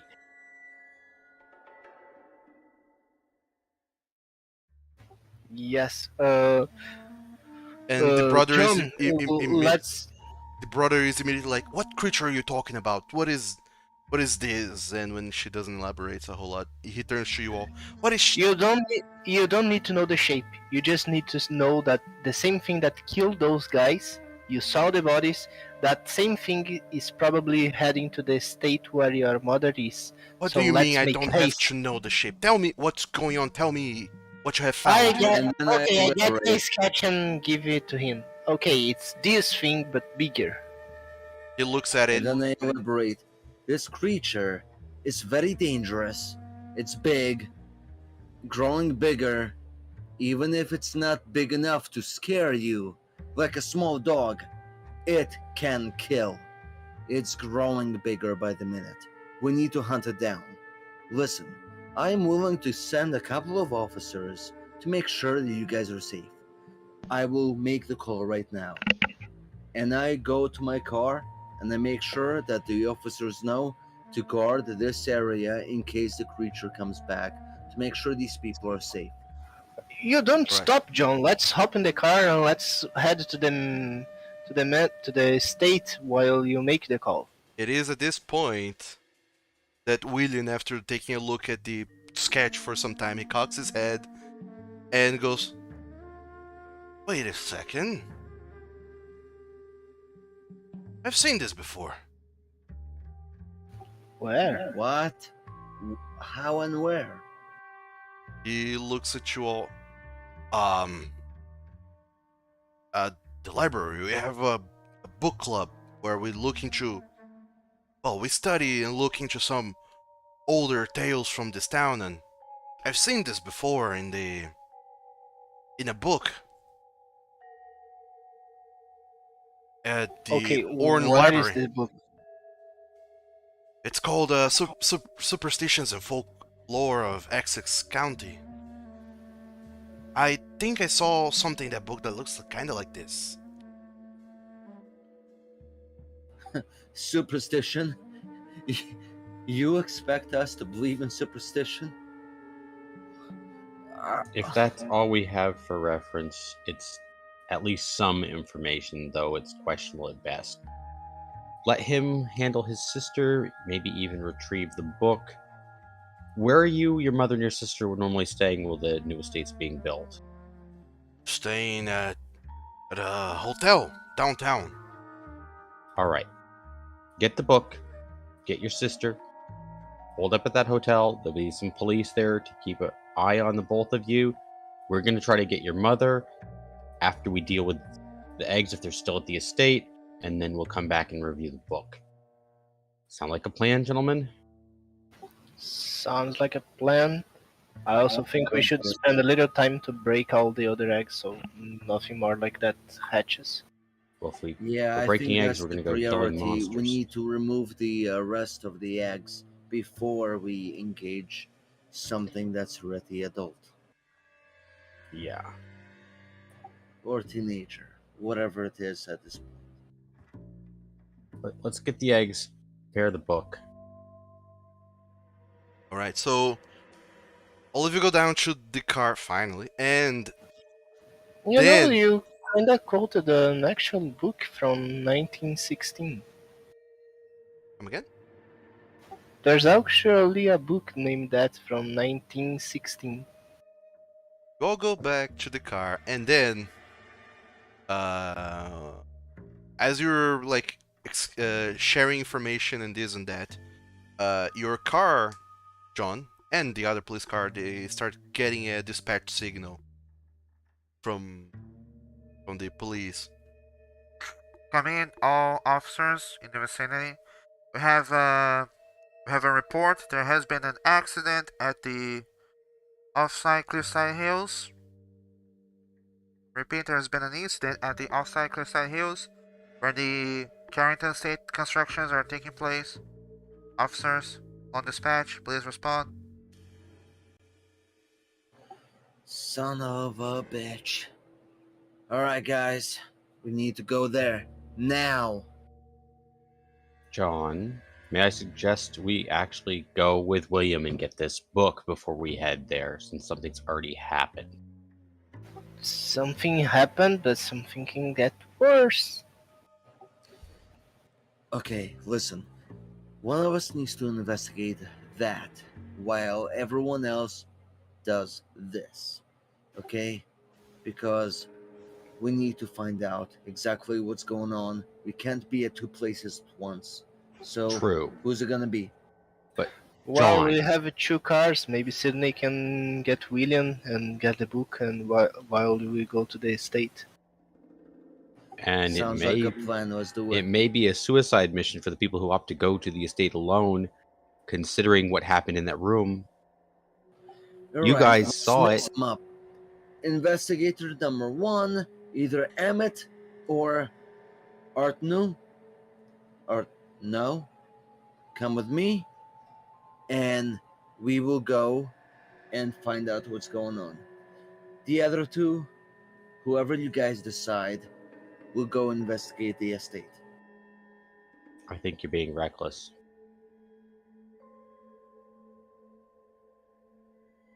I think there is not a point of like trying to be careful. We are not fighting an enemy that's smart.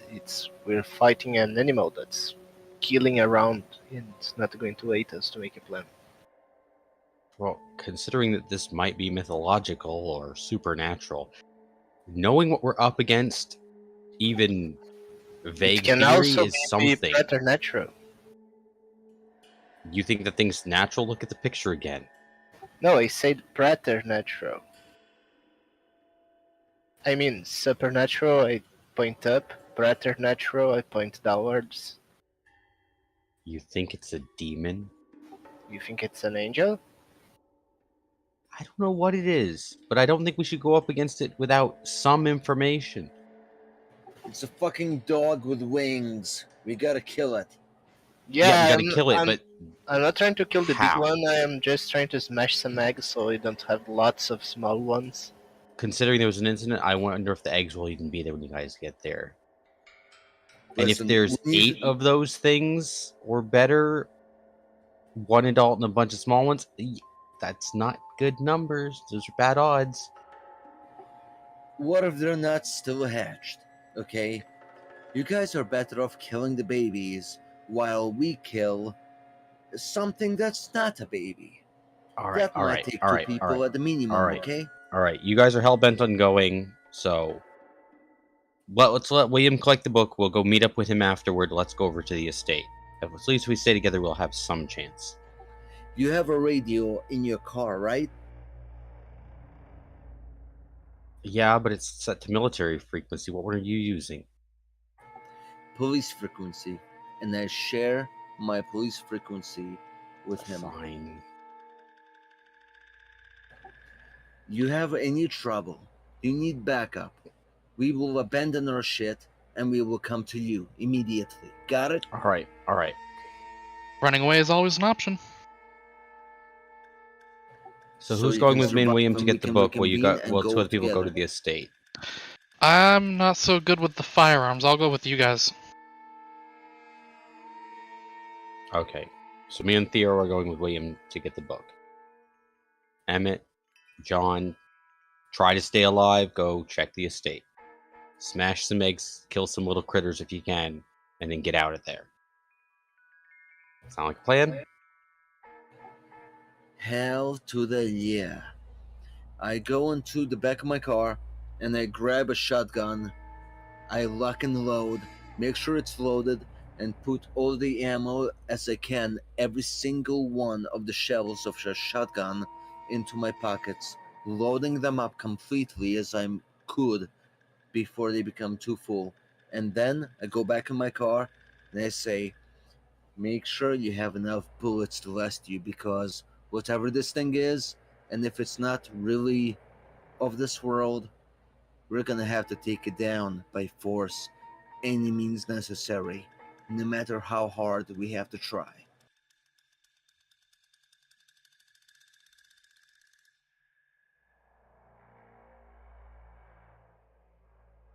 So, you're all. Well, I mean, Emmett and John are going to the estate. Arturo, Sydney, and William are going to the library to get the book, right?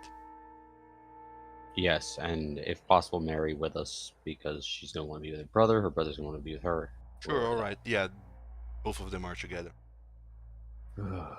So, both these things will take place simultaneously, but we're gonna resolve first the state. Actually, no, never mind. We're gonna resolve first the library. Okay. So, Arturo, Sydney, William, and Mary, we wheel towards the Orne Library. You get there, it's a little bit late, but William Carrington, he kind of just starts bossing everyone around, shouting his family name, which seems to get doors open despite how late it is. And he's like, I need to find a book right now. They're like, what's the name of the book? Like, and he tells them that it's the Superstitions and Folklore of Essex County. And the library's like, alright, yourselves. Should have it in our collection. And all of you just start, well, all 3 of you start going to, well, actually, Arturo and Sydney going to the library. William like, I have got to look at my sister. Can you 2 take care of this? I think we're smart enough we can handle this, right?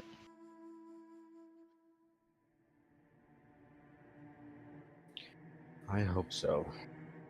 Right. So, I need both of you to go ahead and make a library check. Arturo and Sydney. Library use check. To see how quick you can find the book. Oh, jeez. Ooh, that's bad. You know Wow. what?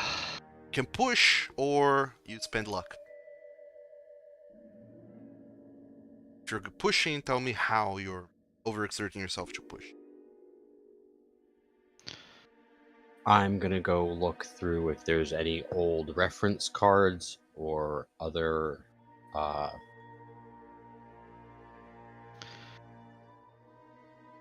catalog system on the desk to try and push. I'm going to push by asking other patrons if they've seen the book. There's no other patrons. It's like Other patrons? like Okay. 9:30 in the evening. There's nobody at the Oh. library. Or maybe employees if they've seen it anywhere. If there's anyone laying around. So you're like intimidating people to look for it, or how? No, more like picking their mind on odd books that they have. All right. Things So, about, yeah. okay. Both of you then push your rolls. If you fail, there's consequences. Ah, I got close. And you cannot luck. Push through. Yep. Hey! Would you look at you? Right on the nose. Good job. All right.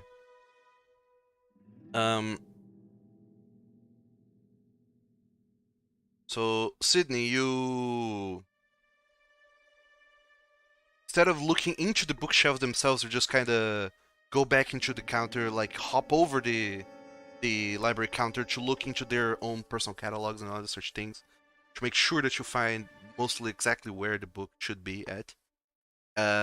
Whereas you, Artu, you just kind of just keep on going. There are no employees per se. There's like only the clerk who doesn't know off the top of his head where the books is, and the two of you just kind of go over the books, and you're a little bit desperate, especially from all the harrowing events you've seen earlier. You just kind of start going over books, kind of just you pick a book off the shelf, you check the title, see that it is in it, and you just kind of start tossing books around, and you start kind of slowly making a little tiny path of destruction on your wake as you look for this book. Until Sydney kind of calls you over and says that he's found it.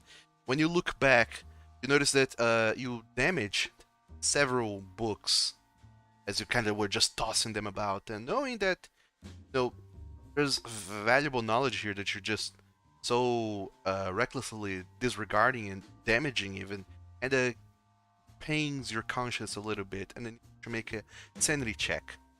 Woo, let's go.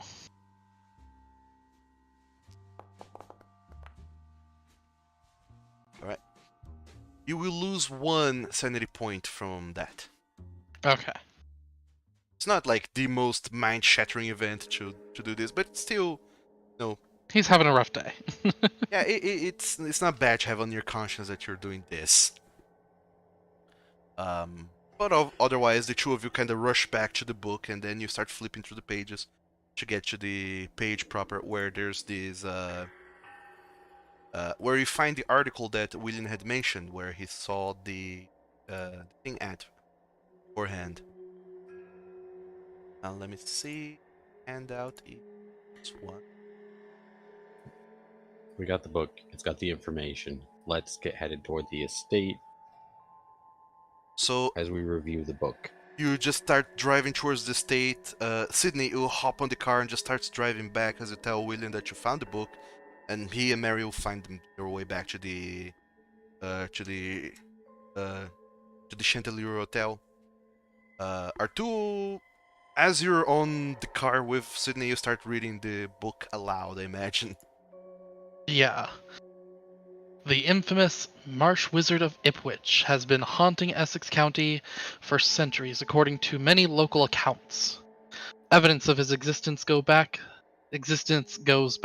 to at least the 18th century, where accounts of disappearing cattle and people were associated with the Marsh Wizard. Such accounts include the notion that the wizard had a demon familiar, as the flapping of giant wings was reported on more than one occasion. The tale grows more outlandish over time, with some claiming that the marsh wizard had a dragon-like steed that he used to ride the night skies and terrorize local residents. The illustration below is an artist's interpretation of testimonies given by a young man named Andrew Lehman, who claims to have seen the wizard riding the beast over the salt marshes one night in 1906. When you turn the page around to the next page, there's a little bit more on the young man's reports. He gives this very harrowing report that one day he was just riding his horse back home, kind of sort of late at night, going through the Ornside Cliffside marshes, which are kind of close to where the Carrington State is at. And whenever riding that way, this is like almost 20 years ago, so the Carrington State wasn't even a thing before. This was just like free passage. And when he was riding through the marshes, he has seen this creature that he has illustrated and made a sketch and started reporting it to the news and this and that. And he kind of tells exactly where in the marshes he seems to have. He thinks he saw the creature, the direction where the creature went, and like came from that place, going to that place. And it says also that some searches and police have tried to look in the marshes in this vicinity where he has said he saw the creature, but nothing of the marsh wizard was ever found. And the book keeps going on saying that Andrew has been then started to live in a life of isolation after the town started to ridicule him. His imaginary vision of the marsh wizard. But reading through his account, it's a very chilling report to hear, and the directions that he point at. You imagine that you could easily find those yourself. My theory is now that Lady, what was her name? Carrington? I'm not sure. Lady Carrington. Yes. Carrington. I think she built her house on the breeding grounds for that thing, I think. That would explain a lot. Would explain why eggs, mostly, but... Would explain why it flew back to water on the property and, yeah, laid eggs.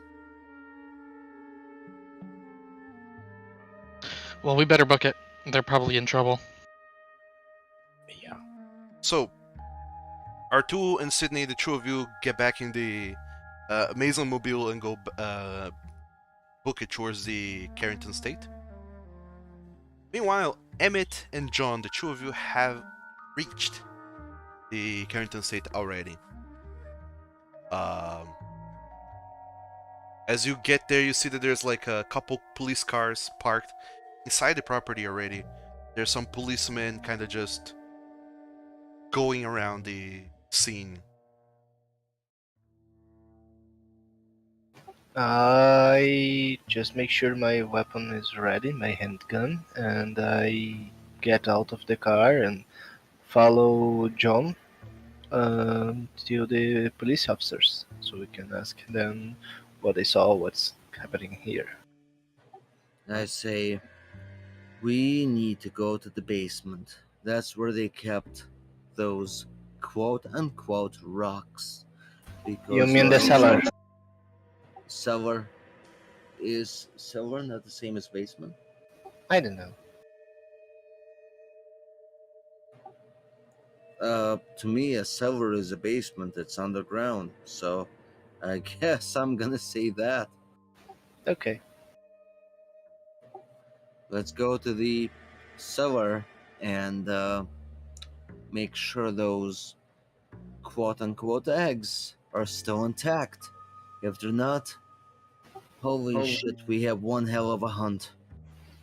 Yes, and I don't know, wave your cop friends here so they can tell us what's happening while we walk there.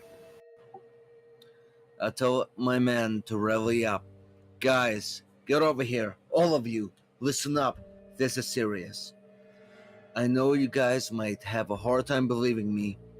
There's a there's a creature, and it's powerful. Powerful enough to kill.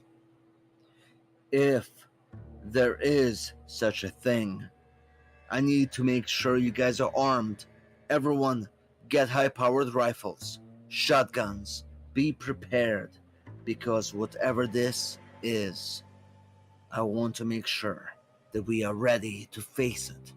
So, arm yourselves, get to the points of every exit and every entrance. Make sure it does not escape. There are 6 of them, possibly. There might be one, there might be all. Be Uh, ready to kill it. John McClane, make me a persuade check as you're gathering all of the policemen and telling this very vehemently to all of them.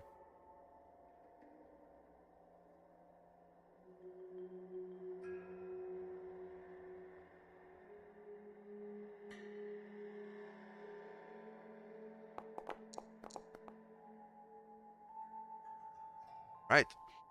The policemen, they're like, they seem kind of unsure, but they they say that, well, of course, after what we've seen back there, I suppose that we should really be ready. What have you seen back there? Oh, over there by the construction. And he kind of points towards there and takes you there. Just one question. That is a detour, or like we can see that in our way to the cellar? It's on the way to the cellar. The cellar and the estate, the construction, is very close to one another. Okay, so we go there to see because we can go there and then cellar without taking a detour. Right. So just as you get to this part of the path that kind of like there's the entrance and then there's the fountain. After the fountain, there's a little road that goes up a hill towards the construction site, and then to the side there's this kind of this cellar basement thing. And as you're going up the hill towards the construction site, you can see even from here that the cellar, the door is like completely scratched and bent, kind of inwards.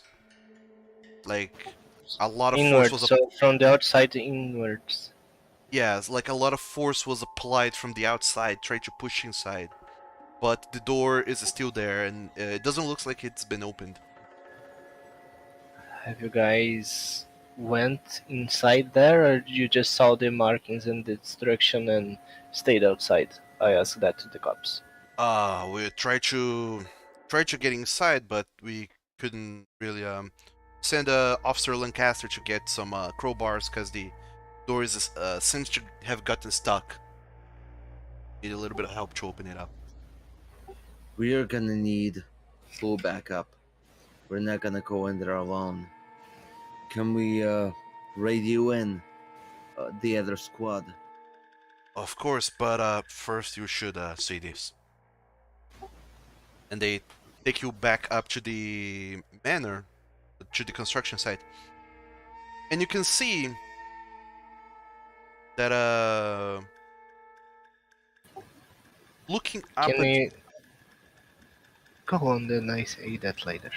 the construction site, you see the same site that you saw earlier this morning, but now it's nighttime, and there's just some officers talking to one another over there. Whenever you see the other officer that was guiding you guys towards there, he kind of points over up into the scaffolding, and one of the officers kind of shines their flashlight that way, and you can see, like very far up high, there's two bodies that have been impaled into the scaffolding. Not like frontwards. It seems like they have been dropped into it, and there's like 10, 15 feet of scaffolding protruding out of their chests, and they look super dead.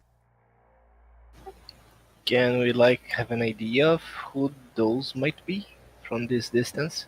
Even from this distance, you kind of sort of recognize these to be Ethan and Frederick. Oh no. My God, we thought they were suspects, but they're not. They were murdered. Guys, I don't think this has a suspect. I Did think you think those were suspects? I just think they were really bad on their jobs because they heard the noise and they didn't check.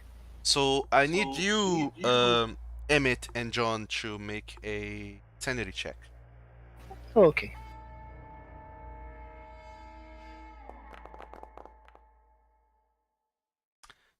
Thankfully, you managed to just kind of brace yourselves through it.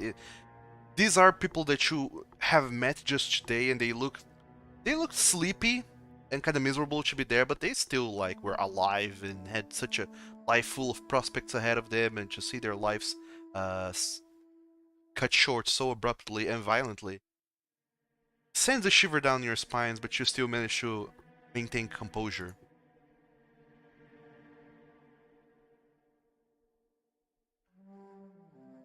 And then the officer just says, "We don't know what happened. We just heard some of the guys already calling over the police, and they said that whenever they were hearing loud noises when they got here, the place was like this. The door to the cellar was scratched. These guys were there." Yeah, we think there's a strong possibility that one creature collided with the statue that was what destroyed that during the last night, and Mrs. Carrington found something that she thought it was jewels, pearls, but apparently they were eggs from these creatures, and now Mama Monster came after her eggs. So that's what might be the thing inside the cellar, and that might be the thing that killed those two, sadly. it might be some kind of weird ass mutant shit that laboratory scientists made and disguised it as a crystal or some sort. I do not know. It might be a conspiracy, but we need to make sure that we are armed and ready to take it down because this has killed two other people already and we need to take it down as soon as we see it. So let's go and find out what it is. We need men. Are you guys ready? All of the people, they say, yeah, okay, and they all like clack their shotguns and check the cylinder of their revolvers, and all of them just kind of start scoring around the property, even though they have already looked around the whole place. They haven't really seen anything, and they report that to you, but they keep on scouring anyways. Off in pairs. All of them with like whistles, that so they can make very loud noises if they see something. And the Officer Lancaster, he comes back with the crowbar and uh, manages to open the entrance to the cellar. And he calls over, "Hey, I managed to open this thing here. Ah, this damn door. Whatever did this in, strong as a horse." Maybe stronger. One last question before we enter this place. Have you guys seen the old crone, Miss Carrington? Oh, she went back to the hotel early in the day, from what we The heard. hotel? Yeah, there's a hotel downtown where the Carringtons are staying at. We need to make sure the others know. Before I go in, I want to make a radio call and inform the other two. All right. We can just ask any of the officers here to make that for you. That as well. Inform them, I say, to make sure that they are aware of the situation. Well, do you park the car like inside the property? It's not that far away for you to go to your own car and radio this. Yeah, as close as possible to the entrance because I am not a lightweight person. I am a dead bod and I don't have as much stamina as I used to. So, like, That, but you probably park like 20 yards at best from the fountain. So, like, even closer perhaps. So it's within short walking distance to get to your car. Radio this in, talk to Sydney and Arturo, tell them what's going on. So I'm guessing he managed to call us when we first got back to the car? Or no? Who else were headed along in the car?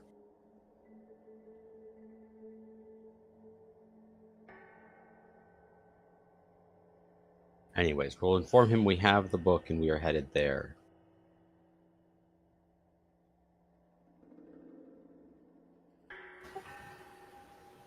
okay. John, do you wanna hang around and wait for those two? Let's walk in and fill that creature with some holes.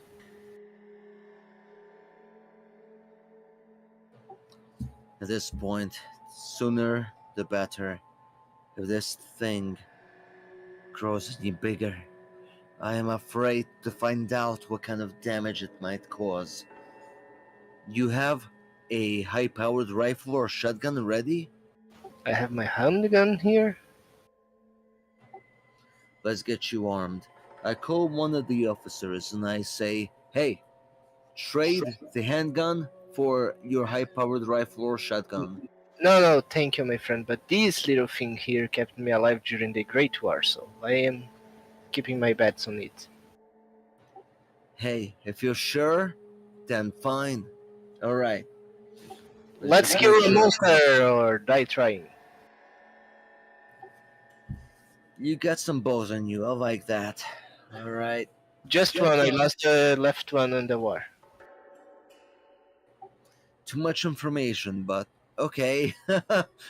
Let's go in. Let's make sure we come out alive, right? Because I am scared shitless. And I know you are too. But if that shit is in there, we really have to take it down. Let's go. And we go in. Alright, hold on. So, the two of you start just kind of scouring around the property, just trying really to find whatever you can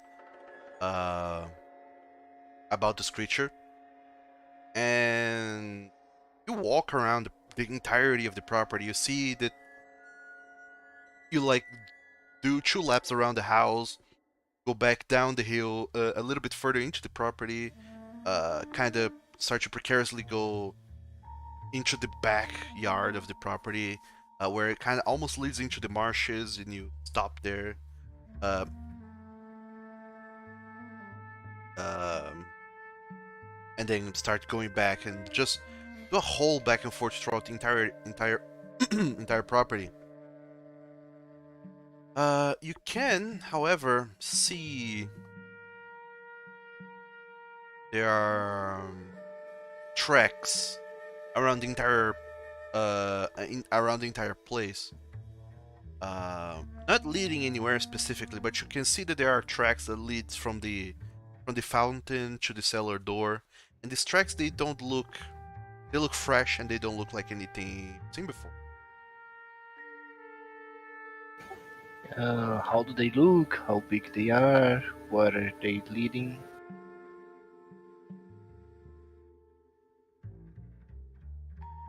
The tracks they don't really look like anything too describable. They look like they're made like with kind of a mix of hooves and claws, some like large, possibly fists, clawed fists.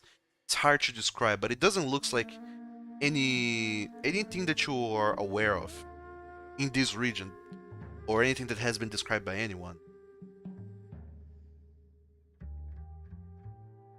And by the size of the tracks and its gait and such, you can tell that whatever left these marks is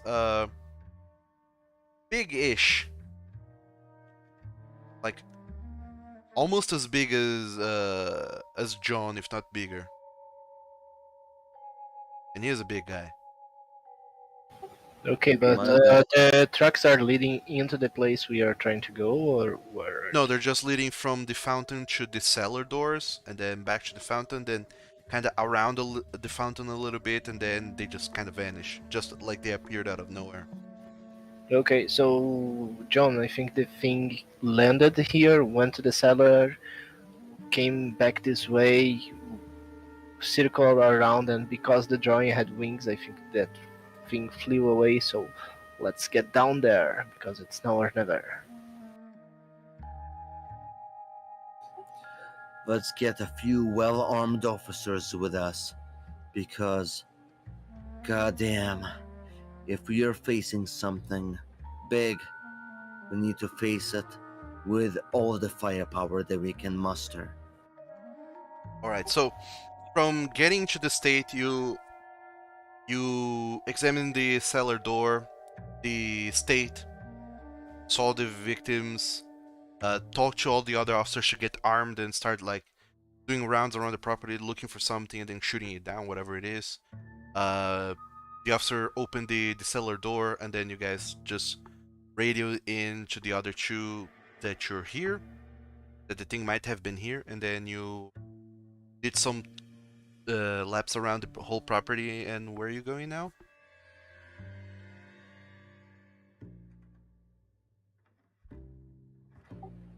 We also try to radio in to the other two people in our party, making sure that they are here or on their way. Okay.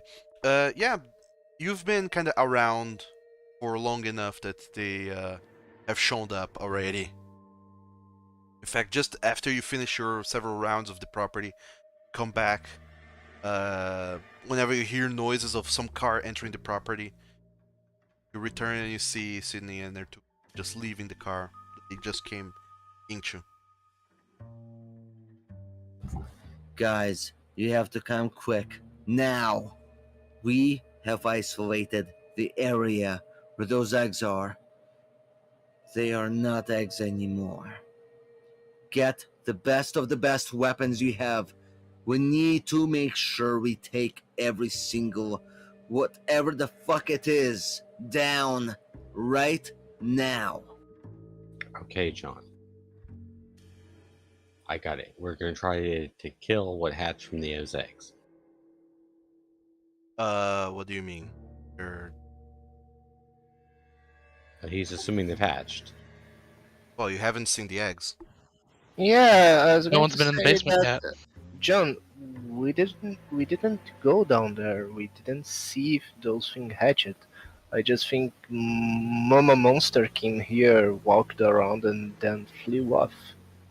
We need to go I'm down assuming one is hatched, might as well the rest hatch. And if there are eggs, we need to destroy them. If there aren't, but there is a creature, we need to kill the creature. So Agreed. I'm a little baffled and thinking of chickens. Take a breath. You wanna go down Let's there, review or the you book. wanna wait? The other two Let's. arrived with us or not? Yeah, Yes. now everyone's joined together, all four of you. And Arturo Okay, and Sydney, I imagine you share what you found in the book and the library about the Marsh That's what Wizard. we're trying to do, but we're trying to bring John down a peg so he'll look at the book.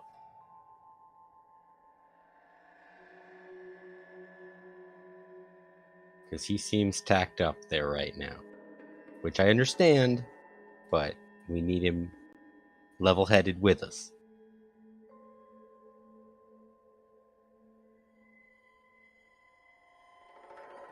Well, can you say that again, but louder? We're trying to get you to look at the book, breathe, and be with us. Now, while we decide the best course of action to get into the cellar, destroy these eggs, and then hunt down the big one with the other little one and try to deal with that. And I question you, wait, what in the hell is this? Mythology? Is this real? Can this be real? Are you sure it's real? We think this is the best in depth reference we have on this creature. So this creature is something that has been lurking around for some time. One That's of what it them was seems like. last seen in 1906. And I glanced to the officers. Has been there any murder that looks like the things we saw on the hotel around here? The officer says that there hasn't been anything like that at all. So, mm, this is a creature that basically doesn't lives around here normally and has not killed people on other occasions and just did because someone started to build a house on the place it breeds, and then the thing killed someone that took its eggs. Can I roll psychology To do Do I? what? to question its motives and why it wants to do this? It what? The creature? Yes. Um, you, you cannot really fathom, really, that you are free to make your own interpretations, but you're not entirely Look, my friends, you're not sure I what you're dealing with to get any insight into what it might even be to start to think about how I might think. look. According to this book, if this is right, this is a thing that was here for a long time and only created problems and killed people when people start to disturb it. So, if we just no one else stays on this state, we don't mess with the eggs, there might be a chance that this thing will not kill any more people because the police people here say there's not been any case of murders that look like what we saw in the hotel. So this is a creature that only killed because people start building on its breeding grounds. It only killed because people messed with its eggs. So it's something that otherwise will not be killing people. Should we go away and not let Miss Carrington finish building her manor?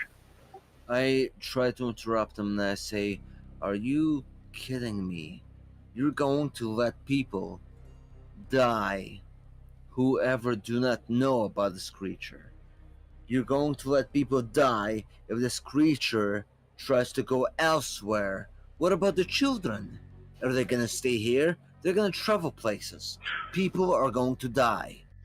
But that's my point. People didn't die until people started building on this thing place. If this book is right, this thing has been here for several years and it never killed before.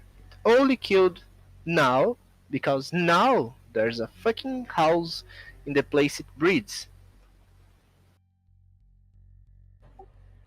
That does not matter. It is dangerous. Well, it kind of Going to matters make places to die. if some people walk into my house and start build a house inside my house and destroy my things, I would kind of go crazy mad on them. Well, it doesn't have money to buy a property now, does it? That's kind of racist. It's a creature, not a human being. Uh, More like speciest. Maybe.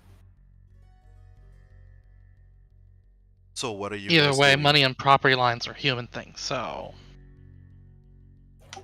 Okay, the people who own property are humans. A creature. Okay, does a dog carry money? Does a dog have currency? I think not. So are you gonna give dog money? What is it gonna do? Sniff it and forget it exists? Probably not even pay any attention to it. And you're telling me that the dog has money to pay for property. No, I'm not talking about dogs. I'm just making a comparison. Like, for example, there's the natural world, and when we invite some creature space, that creature is going to fight you back because it's also that creature space. But if you guys think it's Gentlemen, risky to leave that thing around, okay, let's try to hunt it. Let's see if the Gentlemen. eggs are still there. Animal. How do you know an animal has enough intelligence to actually comprehend, oh, this is my space because I bought it, paid for it, or it's my space by nature, then it should seek another space, which there is plenty of in the sea and land outside of this space. Okay, you are not a naturalist, so let's see if the eggs are still intact, or should we keep discussing this? If the We eggs need are we need to intact, secure the then the law property. is Get the for it. people, The John. property is already secured. There's like a bunch of police officers here, walking around, Good. patrolling the place. We need to get the civilians out if there's still any left. There's none We left. need to get in that cellar. There are no civilians left, only police officers. Let's go in the cellar. And Right. also, I elaborate about the law. If there is eggs and they were laid here, then it was legal if they were laid before the property. while they're all If they were arguing laid this, after the property, they're illegal. I'm Sure. gonna sneak into the basement. All right, so I'm going to the Artuo, basement as well. Artuo, Emmett, and Sydney, the three of you start going towards the basement as John follows along, doing this whole dichotomy Still of ranting his about laws. property and natural right and laws. The officer Lancaster is just kind of arms crossed, looking at his watch, just waiting for you to come to the cellar, which the door has been opened. And whenever you get close, he says, you're looking for those banana things are still inside. They're over there at the table." And you all get inside and you see that all of the eggs are still where they were. So, do we smash it? Do we lock it in something to prevent it from running away when it hatches? What do you... I suggest we pack the eggs up and get them out of here, and then proceed to dissect them. Also, I elaborate on the law. If I can make a law check on language, What are you trying to do exactly? Just tell me in simple terms, what are you say trying to do? that, the eggs are legal or not. If they're illegal, we Um, need to destroy them. okay, so here's the thing, John, or uh, you're not trying to convince the NPCs, you're trying to convince the other investigators, so it's all down to talking, and no matter how much talking you're doing, you can't convince the other players by rolling dice. You have to actually talk it out, and none of them seem convinced. But wait, the eggs, they're on the NPC's property. And No. they're not. Well, I mean, they are, but ultimately, you're the investigators called to investigate this, so ultimately the decision of what you do is up to you. All those who would oppose you are not here to oppose you, so it's up to the four of you what you guys want to do. Z, my point is, or John, stay in character, John. We know the property was bought by Miss Carrington and was being built before the fountain was destroyed and the eggs were found in it. But we also know whatever hatched literally injured one person and then killed the person. then killed another person, and then you know the rest. Yes, which is Do why it we makes want to keep them sense. alive? Which is why it makes sense to get the eggs out of here so we can take them back to, say, the lab, find out how to kill what's in them, and then tell the police or the military how to do that and get it done. Why do you have to take the to the lab? Like we get a gun, Do you really we want to start shooting eggs in the basement and have that big thing show up? maybe. I don't. We're pretty much armed to the teeth. We might be able to. True, we might be able to.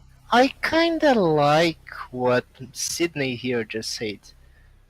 What if we use this to make a trap for the big one? Exactly. We can get the officers. I can Okay, radio them into the basement. hear me Mark out them about and make a this circle. again, John and Emmett. I want to know how to kill one of them before we start trying to take on the big one. You mean bullets might not kill them? I don't know what might or might not kill them. We haven't seen anything like this before. Well, here's the thing. We get a gun, we shoot a bullet to an egg. If the thing inside the egg is dead because of the bullet, the big thing probably will be dead because of a bullet. And it Possibly will with stay there. enough, but what if we just end up cracking an egg open because we shot it and this thing comes out screaming for mama? Hold on. I got a plan, guys. Listen. Sydney, you've been in the military, right? Yeah. Can you get explosives? Told you it's going to take some doing to get explosives. But yes, within Do it. days maybe. Ah, fuck. Is there a way to get it sooner? Can you call in an emergency? You Some know, favors? there's like several cars parked outside. We can just drain the engines, get the gasoline here, and use that to explode things. Alright. You got a thing going here. Let's get as much gasoline. Let's tell every single cop here to get all the fuel, all the bullets, everything together, all the explosives. Make sure every bullet and every gasoline can filled to the brim in that basement. And when If you're time really comes, going all out, we John, blow why it. don't we just see if they'll topple the building on or the partial building on it if it shows up? If it shows up, we need to make sure it goes down. Because apparently the military needs more quote unquote evidence. So, guess what? We're taking this thing down. Okay, the biggest problem will be like it's easy to lure this. Okay, it's not easy to lure this thing in, but we know that the thing landed twice around the destroyed fountain. That thing came here. Yeah, I know we can make that thing came here because it will come to check on the eggs, but would be hard to light and explode everything because either we would be inside and die in the process, or we can do this. We move the eggs. We like try to keep one to maybe take to the lab afterwards and try to find out what the fuck this thing is. We get the others, we use it as bait, we put in the fountain, we get lots and lots and lots of gas around the eggs. When the big scary thing comes around to check on the eggs, we shoot the gas canisters and explode everything together, and we keep one single egg to make research later. What do you guys think? Because if it's on the outside, we can stay inside the manor and just shoot from a distance. You do know gunpowder is a thing, and it has been existing for very, very, very, very long time. I So know what's your point. make a long line, and then not even that, just waxed line of fuse. So, And when the creature um, goes I'm in gonna there, we interrupt just you guys run right down. here for a moment. You can set up any kind of trap you want safely. It's not hard to do. Sydney has enough military knowledge to set up like explosives or traps safely without injuring any of you guys. John, Hey, I'm ex-military too. you do too, Emmett, to some degree. John, you also do have some knowledge about explosives that would enable you to do this. So setting up a trap is not a problem. The manner in which you go about doing this, you have several avenues available for you guys to do this. Before we move on, I want to go over one thing. First, is there anything you want to add to all of this that's going on, Arturo? No, I'm just listening at this point. All right. The second thing I'm gonna say to this is that as you guys are discussing what you do and this and that, the hour grows late. Eventually, it's nearing like, well, it's getting late, and after like doing dozens and dozens and dozens of rounds around the property, uh, all of the Can't cops, we? all of the Can cops, they do just say, well, it seems like the four of you have got this solved, so we're we're calling this a night. You all check this out. See you later. And one by one, all of the cops start leaving the property. Um, leaving you all to solve this, or to call it a night as well. So, what do you guys think? I know you want to use gunpowder to make a trail, John, but the thing is, if that things, whatever it is, enters the cellar and we are outside, we will not be sure it gets close to the device we make The when cellar we is not that detonate. big. Okay, but we also can do that in the open, so we can see it and shoot it to start the thing. But if you wanna do the gunpowder trail, okay. Do we have enough gunpowder to do so? You have short means of setting up some explosive trap. And I say, hey, TNT, baby. That's what the blue mine's for. To make sure that they get all the coal and gold and diamonds. John, This will do the baby work for us. We John, will be successful. before we go on a suicide mission to wipe this thing out or blow ourselves up in a blaze of glory, I say we take the eggs, call it a night, do some research on them while we try to call for other supplies, like explosives. I can put a call in tonight asking for at least some. We can try to get together collected powder and do this thing early tomorrow evening. Listen, you can take one egg and do your research. The rest need to be blown up, alright? Because I don't trust that shit. If it can Okay, kill all right, two all right, John, all right, people John. so easily, I think I get it, I they get need it, to I be get it. blown. You're not going to be dissuaded from this. So collect together some of the I minor explosives you got one now. egg. Collect together some gasoline.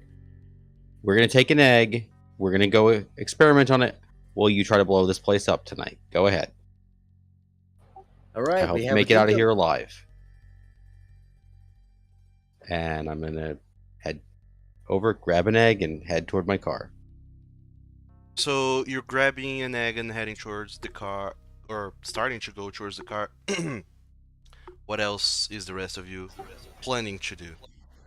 Uh, just one thing to keep in mind, Sydney, just don't touch it. I read somewhere that fly eggs, when you touch them, they start hatching, so use pliers or a rag or something, do not touch directly, just in Hearing case. Emmett, I'll wrap it up in my jacket and decide to go. Thank you. So, Arturo, are you planning to do something? At this point, Arturo is just standing there like, why didn't we just smash them? but um, It's called bait, Arturo. I mean, dead babies are still bait. Nah. Either way, Are you doing he'll anything? help set up any sort of explosive trap. He'll help set it up. And I really, like, I don't have any other thoughts for what to do here because Okay. they want to blow the house. So Fair enough. Emmett, what are you planning to do immediately? The cellar is separated from the house, or is like It is part of the separated. house? Okay. Seems like there's plans to expand towards the house, but for now it's separated. Being paranoid, I also put barbed wire around the eggs, each and every one, and then I also put a barricade to make sure that nothing comes through. But John, don't we want the big bad thing to go near the eggs? Why are you barricading those? What if the shit inside the All right, eggs so survives? Emmett, planning anything for right now? Yes or no? Come again? Are you planning to do anything immediately right now? Just trying to understand what John is doing, because I think it's counterproducing. Like, we All want the right, big never thing mind to go then. there. John, what are you planning to do immediately, like within the next 2 minutes? Enough explosives to blow everything up to make sure that the eggs are completely dead. Enough to All right. keep Make the me a cabin luck open. roll then. Me or him? John, make me a luck roll. For quick clarification, I'm trying to make sure I'm in my car before he gets this kicked off. No, Because all of this is going like at this moment. I'm just wanting to put some order Okay. into all of this chaos. All of you have finished discussing all of this. All of you guys kind of settle on this plan of the explosive bait. So Sydney, you pick out one of the eggs, you put it in your car, and you start to like try to wrap it in some way that so the rickety road from here to whatever you're taking it doesn't causes any damage to the egg. So you're kind of finding things to sort of put some cushion on the car Okay. that's so it doesn't knocks over and breaks. All right. So I'm wrapping an egg while these three are trying to set up Yes, a bomb. John, you do manage to find some explosives that you can use. You cannot find like TNT dynamite sticks. You can't find gunpowder or anything like too crazy. The best you can produce, being a cop, in this time, is a hand grenade. He took one of my Better than grenades. nothing. Ugh. That's the best you guys can come up with, which is an explosive, but that's about it. And you can prop it up to explode, and I'm not even gonna make you roll to set it up.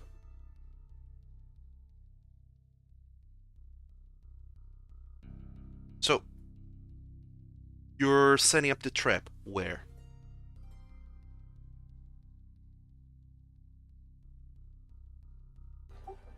Right near the eggs, at the very center, I try to lift the eggs, put them all together in a bundle, and then put the grenade in the middle. Inside the cellar. Yes. Okay. So you put it over there, you set some trap, kind of make a booby trap that so if anything gets close, it'll go off, right?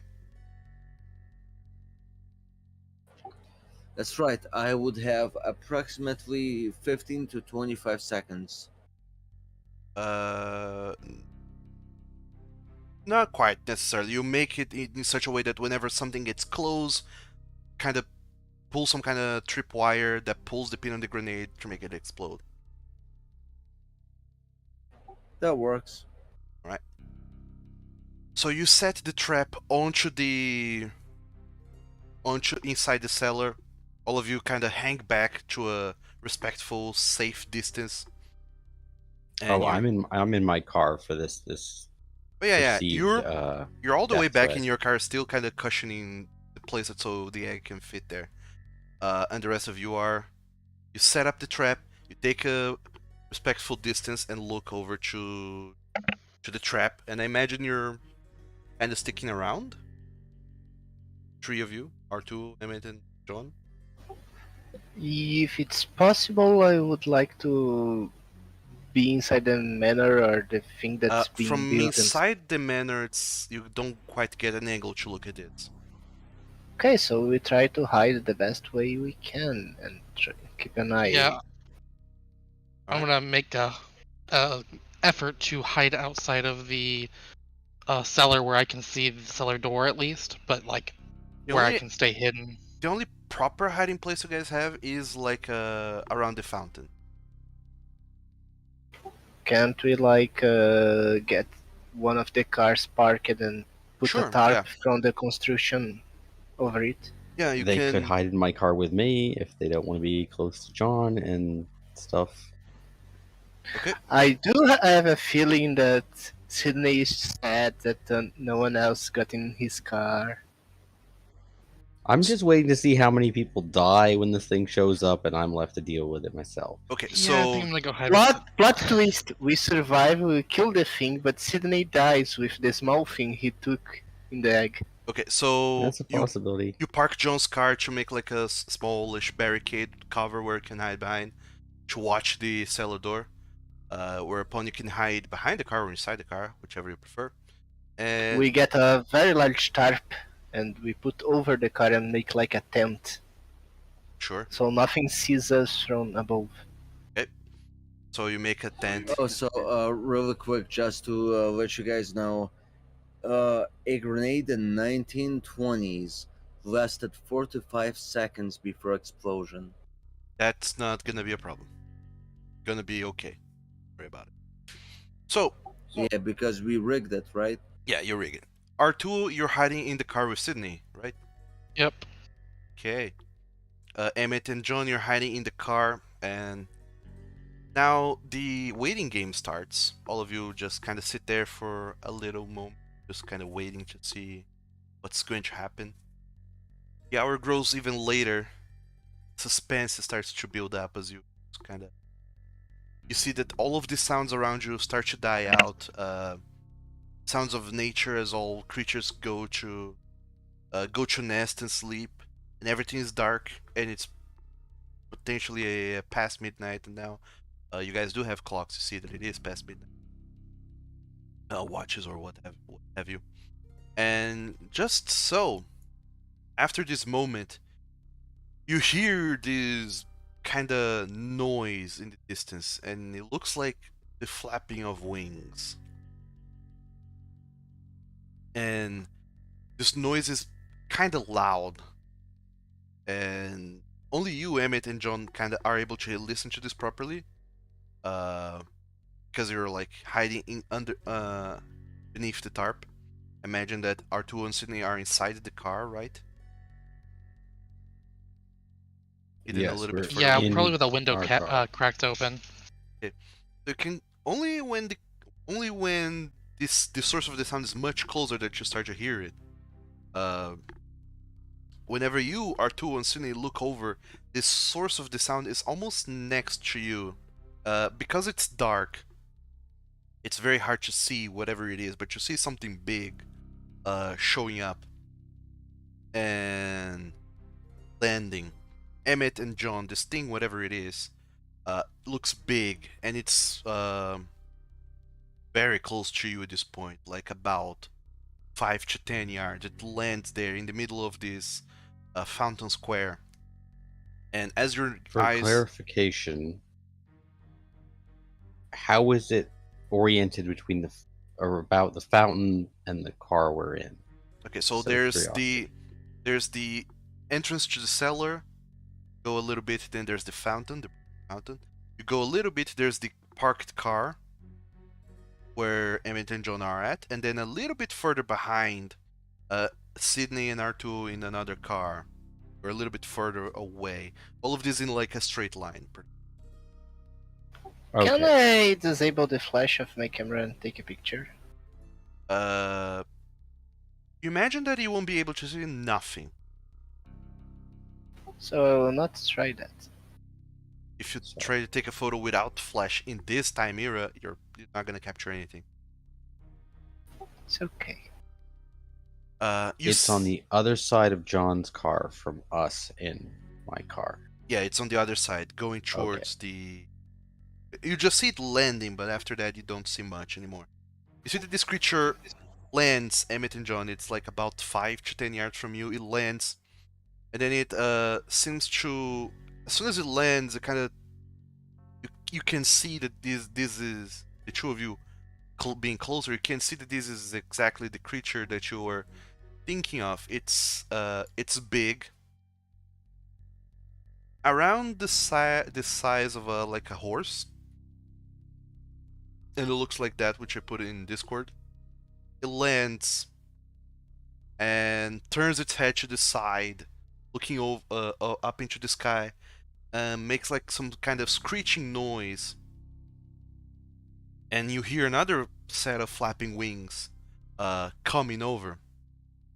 And then this creature starts walking on all fours towards the cellar as the other creature approaches, and then lands right behind. And the first creature starts going into the cellar by itself. No. Sorry. I I look to John. I raise a finger in front of my lips, signaling silence. Then I make a movement with my closed fist, hold it, and then open my hand, like making a boom. Like, let's wait and boom on that thing.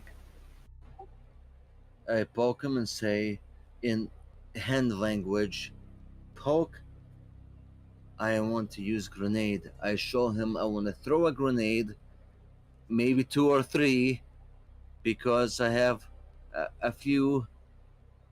Because I was really I unprepared. give him a thumbs up because I understand what he wants to do. You Clarification. only have one grenade, which you use to set up the trap. You don't have any more explosive devices on you.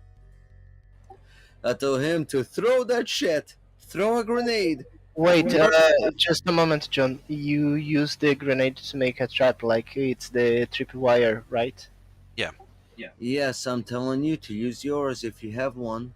No, No- I don't have one. So no one let's just else- wait for the bomb. Yeah, no one else has Doug. no explosive office. Yes? Clarification.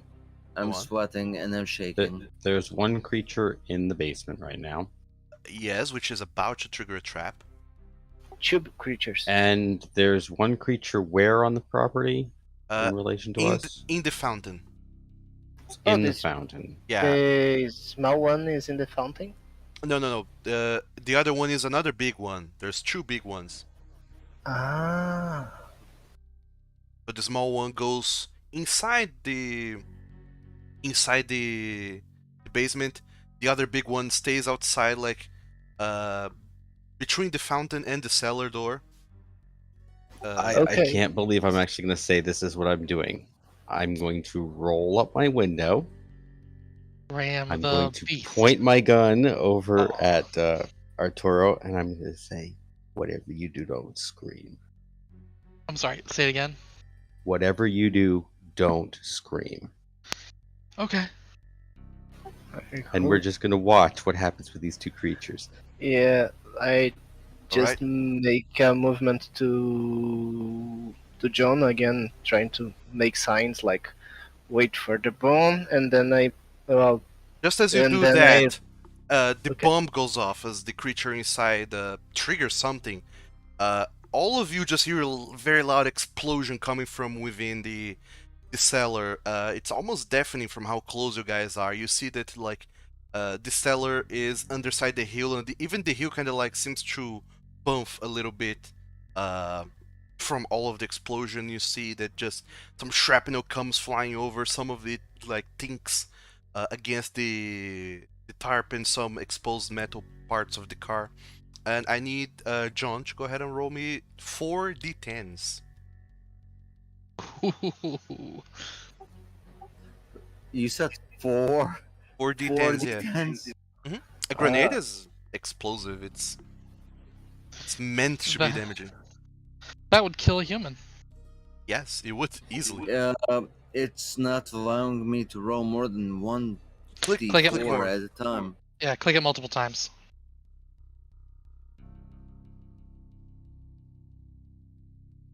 Or you can type /R 4d10.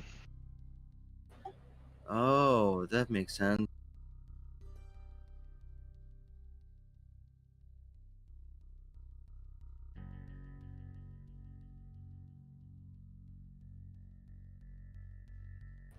Take the first one. I made a mistake on the second one. It did not make any noise.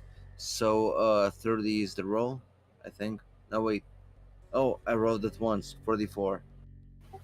Is it rolling for you guys? Because I don't see any roll. Nothing rolled for me. I'm not seeing it either. Yeah, I'm not seeing anything either.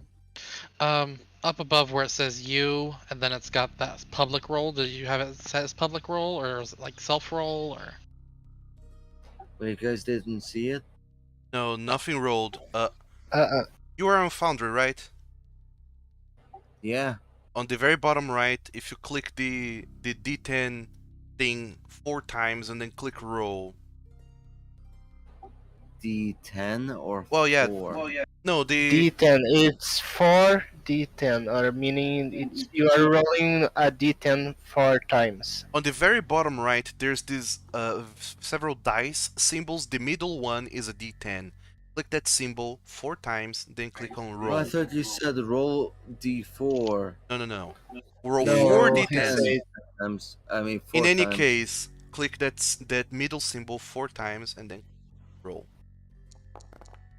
There you go. 21. Yay. That's a very big boom. Hold on just a little bit. Writing some things down. So, the creature goes inside. This very loud explosion happens. The ground bamfs out, and you're not entirely sure what happens, but you just hear. You're not entirely sure what you hear because this whole noise just kind of shook the earth. Your ears were ringing a little bit. Whenever you come to, you just your hearing kind of resumes to normal. You just see the creature on the outside screeching very loudly as it kind of seeks to go inside, but it seems like the hill kind of collapsed a little bit and kind of buried the whole cellar place thing. And the creature am just a- starts looking around frantically. When I am allowed to move or make an action, you guys can see that I am with a very big grin on my face and I want to shoot the creature. That's it. When I can. Okay, so you are revealing yourself, Emmett, and shooting the other creature. I would be doing that from my place if I have a point of view. If I Oh yeah. You are from your place. You have a point of view, and by revealing yourself, I just mean that you're not gonna be hitting anymore if you start making bang bang loud noises. It's okay with you guys? The only one there with you is John. Is it okay, John? Damn it. If you shoot it, it will know where we are. We need to reach the radio. We need backup. We need guns. We need firepower. If you reach the radio, it will hear us. Yeah, the radio would be loud enough that it would. It's not a modern radio. Listen, here's the plan, alright? You shoot that shit. I go for the radio. I reach the units while you and everyone else shoot as soon as I reach backup. No, I man. push Backup will take too much time. Let's all shoot on the thing. All right. So and that's Emmett, that thing. I take I am your going to shoot it. right. Can you- I? Yeah, sure. You're opening fire on the creature. So, yeah, there you go. You make a dice roll, which will hit. Yes. Go ahead and roll damage on your pew pew shooty gunny thing. How do I do that? On your character sheet, if you go over to combat, you'll see that there's a .32 revolver, and then in the middle you'll see the 1d8. That's the damage. You click that. Real quick for me, 30-second AFK. Right? Oh no, just the one. Did you roll? Oh, okay. Yeah. Alright, so you turn over and you shoot the creature. And as soon as you do shoot the creature, you notice that your bullet, it seems to like ricochet off its back. It seems to kind of bother it enough to call its attention over aside from the loud bang, but it looks over to you, and it turns in your direction, just screeches very loudly. So now the creature is going to do its thing, and we are, as it happens, in combat. So, this is news for most all of you, for John and Sydney. John is not even here. But combat in Call of Cthulhu works differently. We start with the fact that we don't roll for initiative. We just use our dexterity ability scores, and the creature's dexterity ability score is higher than all of you, so it's going to go first. So, the creature will move towards the two of you in the car. So, Emmett and John. And what the creature will do to start with is that it'll go ahead and, seeing that you are the source of the shot, the damage, it'll strike at you, Emmett. Okay. If that is alright with you. Not alright with me, but that's what's happening. Alright, let me empty up my dice tray here, that's so I can roll some dice. Fun. Oh, are you going to roll in real life? Yeah, I don't have this creature's character sheet set up in Foundry, so I'm just rolling normally. Okay. Yeah, let's go numbers. Number I am time. back. Okay, so the creature will attack you, Emmett. It will make an attack, and you can choose to react to it by trying to fight back or dodge. I don't remember how I do the dodge. Fight back is like I do another attack, right? Yeah, Dodge is like a skill. yeah, dodge is a Do I have skill. Do I have to choose before the Yes. creature attacks? Yeah, well, I will roll, and before I reveal what the roll is, you have to choose what you're doing. You don't roll anything yet, you just choose what you're doing. Okay, very fast. How does the dodge works again? I have to roll dodge and has to be higher than the No. creature? Dodge, you have to match the degree of success, and fight back, you have to exceed the degree of success. Okay, I wanna dodge. Alright. So the creature will attempt to strike at you. Roll your dodge.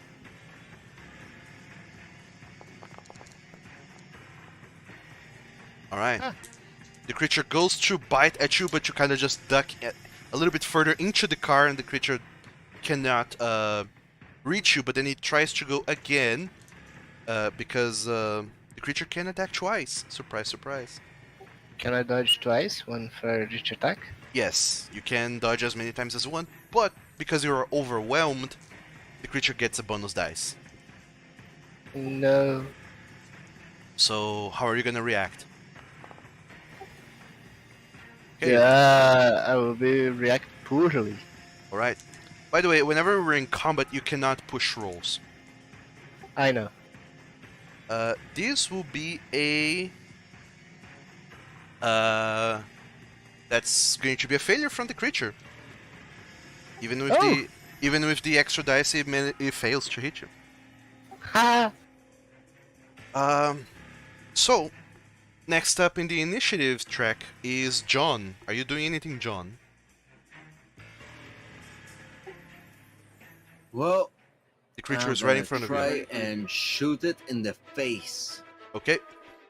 You pull out your shotgun. Make a rifle shotgun check. Skill check.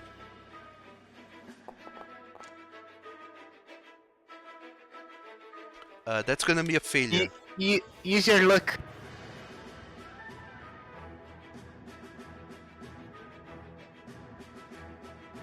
John? Shit. I'm gonna use luck. Alright.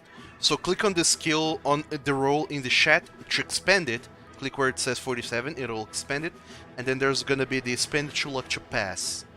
But before you do that, the creature will attempt to fight back.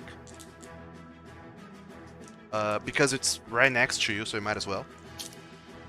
Okay, go ahead and click the spend to luck to I pass. only have to spend 2, so Yep. it's nice. Alright, so you can go ahead and roll for damage. John, in your combat sheet where it says 12 Gauss shotgun, you click where it says 4d6. Because you are at close range. 4d6. In your character sheet, you're in the skills Or you tab. can just go on the bottom right if you want to roll 2d6 is the second icon. The square one.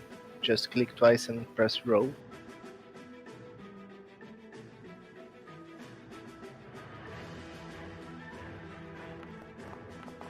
This? No. No, that's d10. So You see, the in- first is a triangle, then there's a square icon, right? the second icon The is the second d6. So click that 4 Yeah. times and click roll. The square icon. The second icon. Yes. The square icon.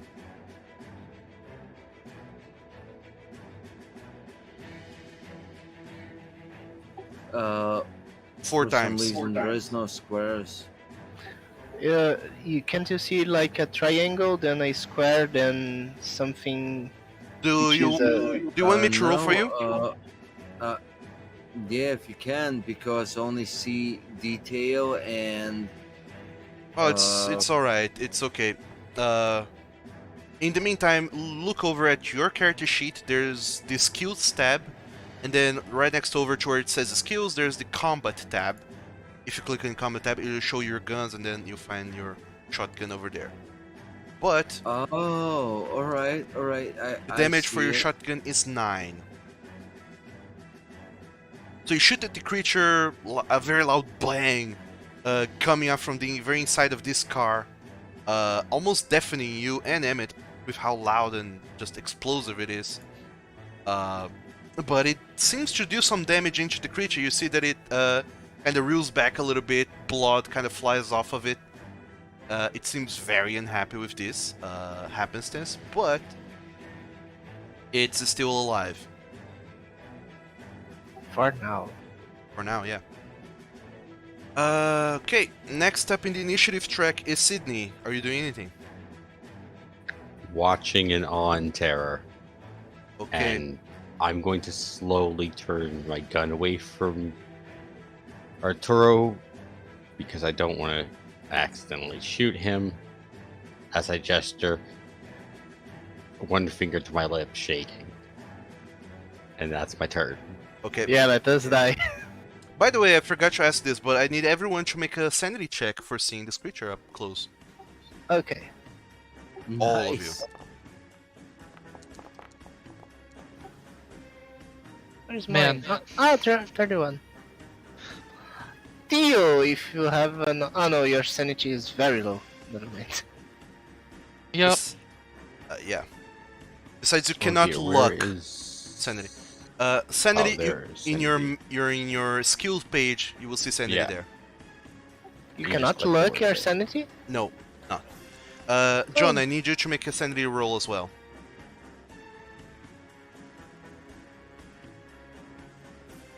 Not like I'd want to spend 59 luck on that anyway.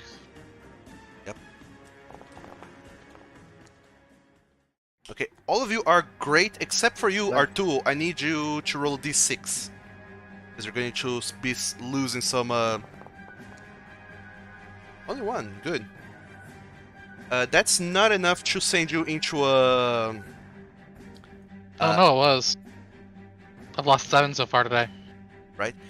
One is not enough to send you into any kind of like mental breakdown, but You do make one involuntary action. Fortunately, once you fail a sanity check, your involuntary action is to scream very loudly. Can you roleplay that for us? Ooh, I'm not screaming into my microphone, thank you. just scream ooh woo. Yeah, Oh, at least he's in a whoa. car with closed windows. Well, it's still a loud Years. enough-ish scream, so that happens. Arturo, now is your turn. By the way, are you doing anything? He's gonna clamp both hands over his mouth and sit and try to sink into the chair. Sure, you sit and sink, trying to... Can I make a stealth check on that? No. Ah, darn. Emmett, are you doing anything? I am. Can I say that I try to get away from the creature and shoot it Sure. again? There's no attacks of opportunity, you can move or whatever. Can I not make a adjustment base and shoot it to get an advantage and outflank the creature? No. Okay.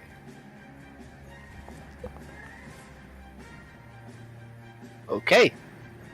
Alright, you make another shot with your revolver. Roll damage.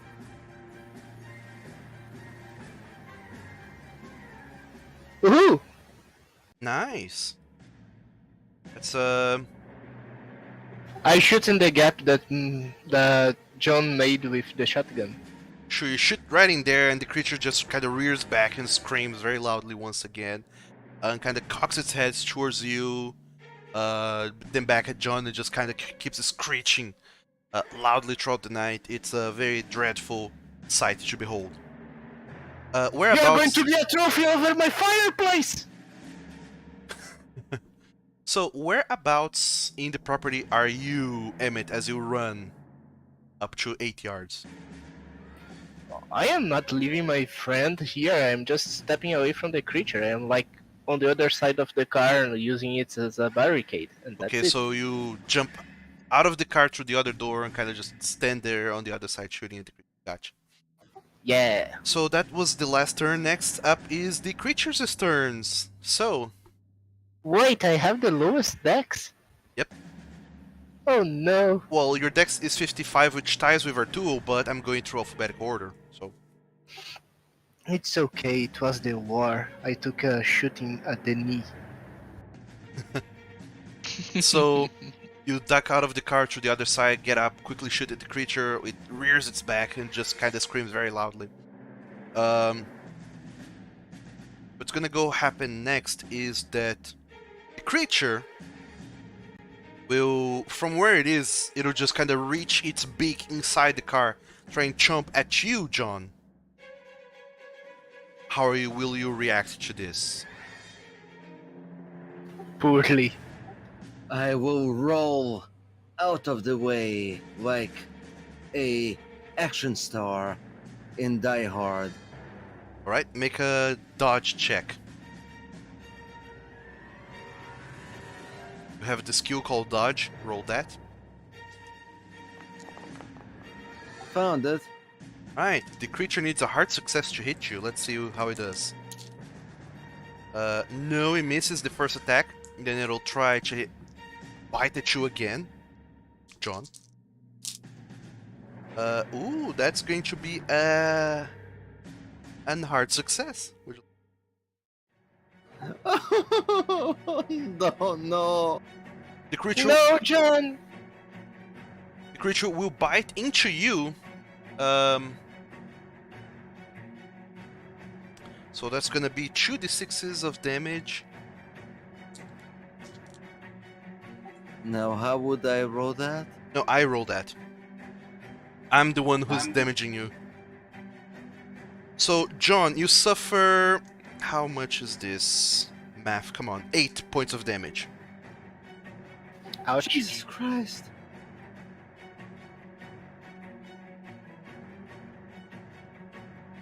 So 15 minus 8 is 7, right?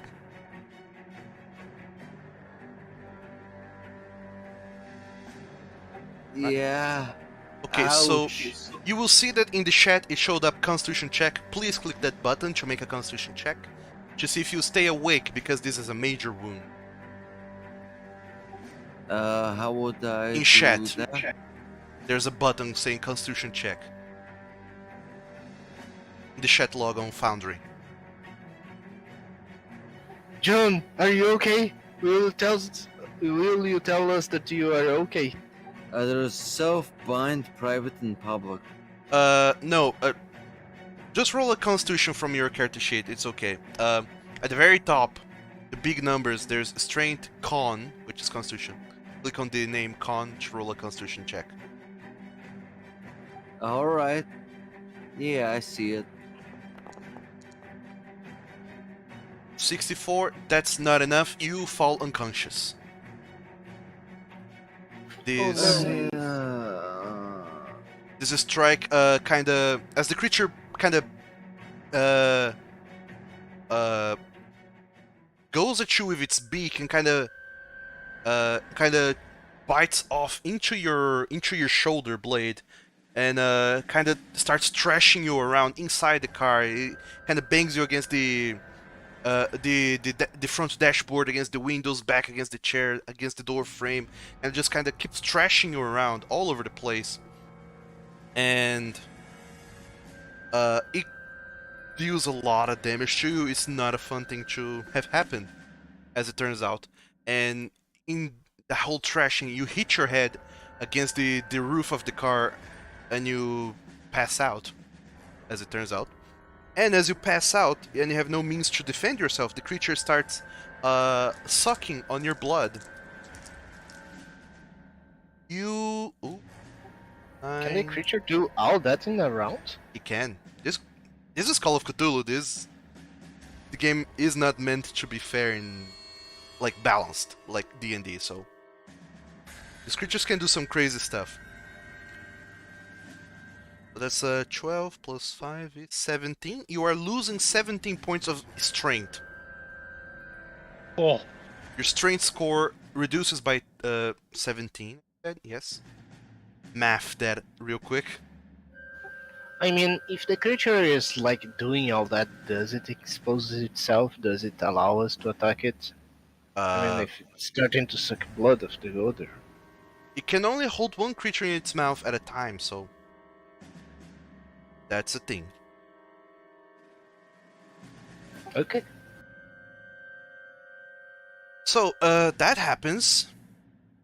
You are unconscious, losing blood because the creature is kind of chomping at you, and that's going on. Next, Can I have a free action to screen something to the others? Sure. Just to set up the scene. John is inside the car and the creature is with its head inside the car chomping John. Mm-hmm. I kinda want to scream, "You fuckers! Squeeze that thing with the car! Pop it!"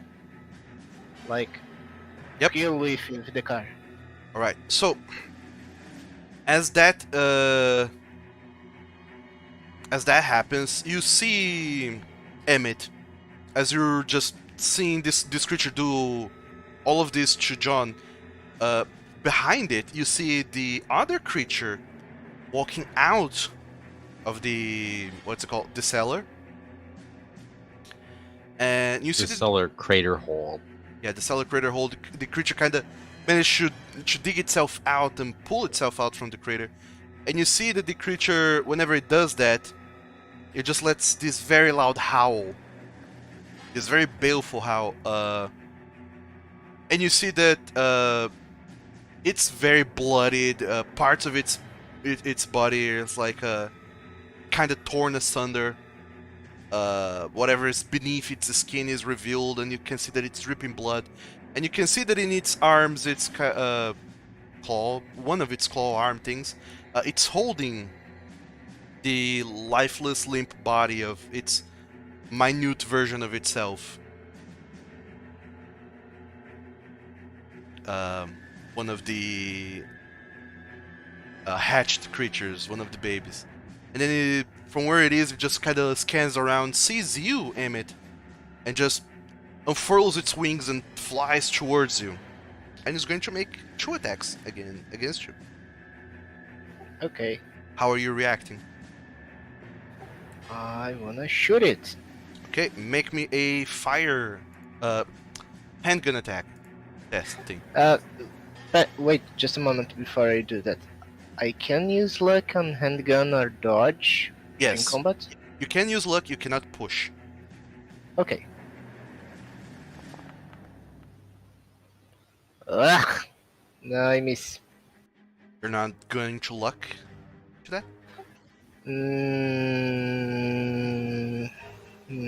Okay, I will look into that because the situation demands it. Alright, before So- you do that, let me see if the creature actually hits you with its strike. Okay. Holy shit.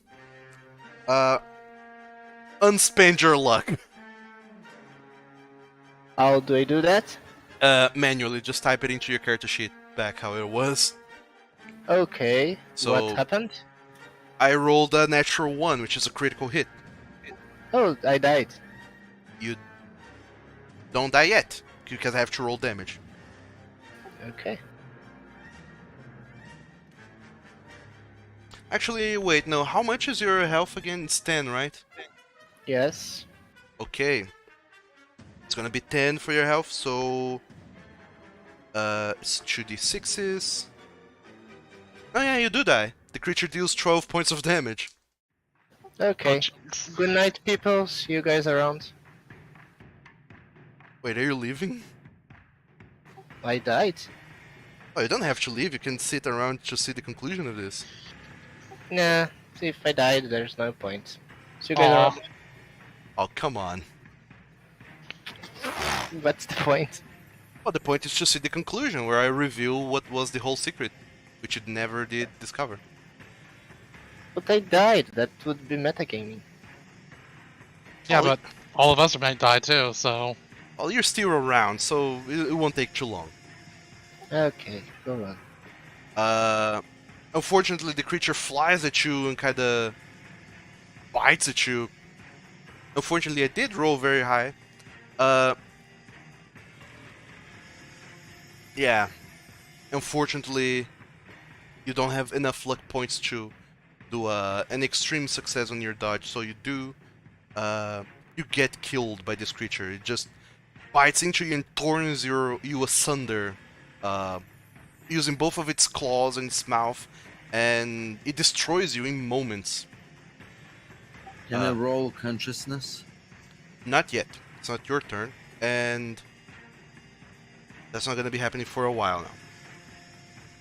So, actually no, never mind. It is your turn now, so do make a Constitution check to see if you get back up.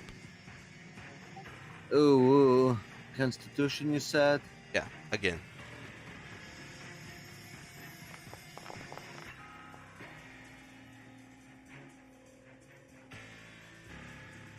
Is that a fucky wacky? That's a failure. Oh, no. You can use luck to pass though if you want. Yes, yes. There's no point. We're all going to die. You just need one. You just need a regular success to pass. Spend 30 luck to pass. Yep. I have enough, so I'm gonna. Yeah, you wake up and just to see, you come into consciousness as the creature seems to bite into some of your nerves that pains you so deeply that you wake up in horrible, horrible pain. And you look at the creature still thrashing around. You have the shotgun in your hand. The creature is at surprisingly close range, so you can go ahead and what do you do? I take a little bit of distance. You can't. The creature is holding you by the mouth. Oh, shoot at the neck. Okay. You can go before you roll. Click on the rifle shotgun skill, and when you shoot, put the slider at +1 because you are shooting at close range. You get a bonus die. And you said what gives bonus? Just roll again. Just roll the skill again.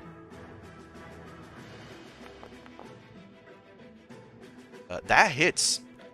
Do you want me to roll the damage for you, the 4d6? Yeah, I'm not sure how that rolls. Alright. So, once again, wow.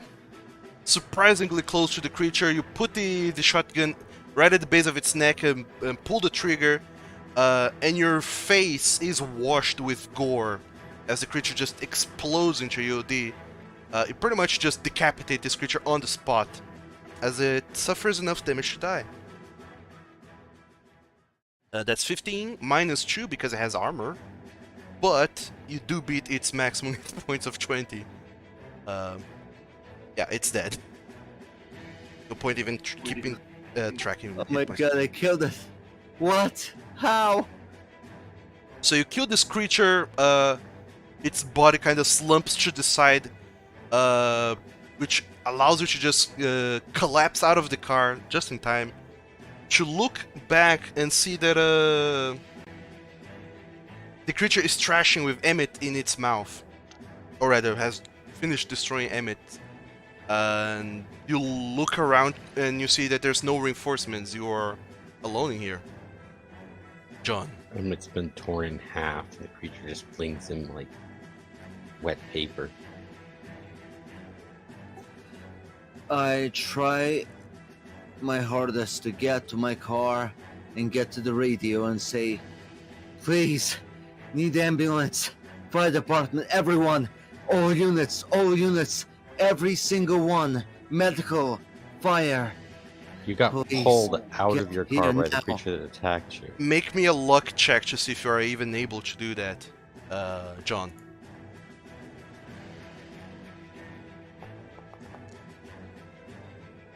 No, unfortunately. As you see yourself knocked out into the ground and you try to get up, you see that the creature that you just killed has slumped in such a way that it's blocking your entrance to the car. You would have to get around to where the other creature is. You can do that on your next turn, but right now it's a little bit too much for you to do in just one turn. Next up, Sydney, are you doing anything? I'm going to grab my jacket out of the back of the car, roll down the window, and throw that egg out. As far as I can lob it onto the ground. Okay, you roll down the window, throw the egg, and it flies a little bit of a distance, and whenever it hits the concrete, it just splashes and cracks open. There wasn't another creature in it? Oh dear. Oh, there was a I'll try to roll little up the window. lump. The cracks open, the viscous liquid just kind of gets spread around the concrete. The lump that was inside stops moving, and nothing else happens. There's that egg. That certainly didn't do what I wanted. But I guess it's turn unless I have something else for a different action. What would you consider that as an action? Oh, depends. Is there anything else you... Actually, no, yeah. Throwing something is an action here, so that will be it for your turn. Arturo, what are you doing? Should I take a shot at the other one? Sure. What gun do you I will have? pull my 38 or 32 automatic. Well, let me just check it real quick. Mostly to see the range. 15 yards. Yeah, you will have a penalty die because you're far away. Unless you walk out of the car and towards the creature. Yeah, I'll get within minimum range of it, so I don't get that penalty. Sure. You almost kick open the door of the car and start going back towards the fountain, holding out your gun to shoot at the creature. Make me a weapon roll. Your gun. Weapon roll. Yes. Hold on. Yeah. Just go ahead and make your roll. Click where it says roll handgun, right? Yes. Hey. Wow. It is a Barely. success. Roll for damage. Roll higher than 3. 7. All right. Let 7. me guess, it had 1 hit point left. Yeah, but it has 2 points of armor. So, Yeah. as you see that the creature is too occupied with its prey, you just kind of dizzily, still shaking a little bit. You kind of point your gun, taking a very deep breath, still yourself, steady your aim, and then you make a shot towards the creature that had just turned its head over whenever the Sydney threw over it the egg. It cracked on the pavement. The creature just kind of turned over to look, and just as it did, your shot connects right between its eyes, in its forehead. It cracks open the kind of carapace-looking shell that it has around its head. Cracks that open, and the bullet just penetrates its brain. Or what do you imagine would be a brain such a creature, and then it kind of doubles over and collapses back, shudders in the ground for a little moment, but then stops moving shortly thereafter.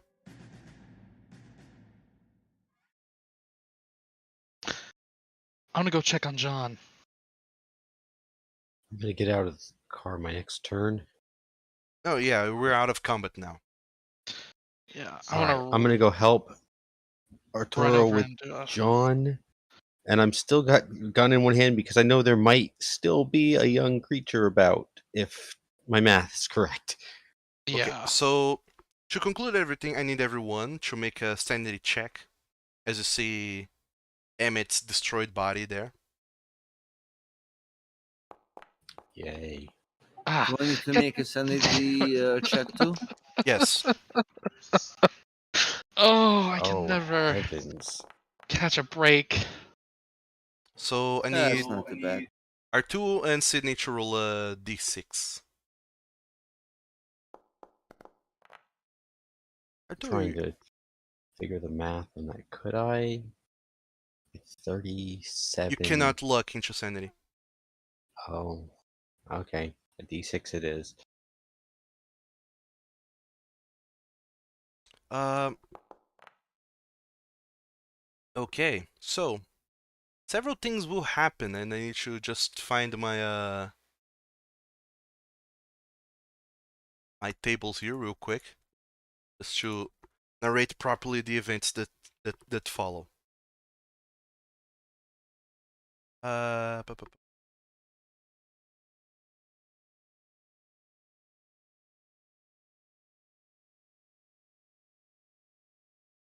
I need you, Arturo, to roll me a d10.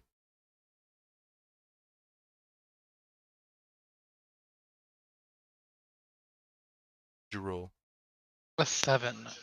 7. All right, so because you have lost more than a fifth of your total beginning sanity in a single day, your starting sanity was 40 and you lost 9. It's more than a fifth. Oh, Your was it? Oh, yeah, it was. Yeah. You're right. just at seeing this creature, seeing what it did to Emmett, your mind is just shattered. At this point, you have full conscious of what just happened with the in here. You see that there's creature. You have no idea where it came from. Uh, but this creature just simply destroyed the human person right in front of you, and you have no idea where it even come from, if there's more, if what's going on. And whenever this realization dawns into your mind, you just can't even fathom what might be lurking around, and you just insanity just takes over your head, and you feel this urgent need, this panic to just run away. And from where you are, the closest direction you see, you look over towards the marshes and you just book it in that direction. Instead of going back into town, you just go there, towards the marshes. And John, you're kind of injured and a little bit tired. Sydney is going to your aid. Neither of you notice properly that Arturo just kind of runs off into the marshes and pretty much vanishes into the night. The rest of you, John and Sydney, you're Sydney, by the way, you lost one one sanity Yeah, I point. lost one sanity. You look back to all that has happened tonight. You think back to it, the death of this companion of yours, the loss of life all around. And whenever you look over what's happening, you see that there's two dead creatures right there. And you look over, the one that had its head exploded is just dead over there to the corner. But the other one, the one that killed Emmett and then was killed by her too, whenever you look closer, you see that it was kind of still holding its claws, its hand, the body of an infant. And you see that now that the creature lays dead there, uh, and you can look more closely, you can see that the uh, the torso of the creature, uh, there was many like teats and nipples for to feed its offspring. And then you think back to what Emmett was saying, that this creature, whatever it is, was just a mother trying to get reunited with its children that were locked away from it. And realizing that all of this could have been solved, all of this death might have been prevented if you just returned kids to their mother and stayed out of their way, and maybe looked a little bit further into a possible solution. These kinda pains heavily on your head.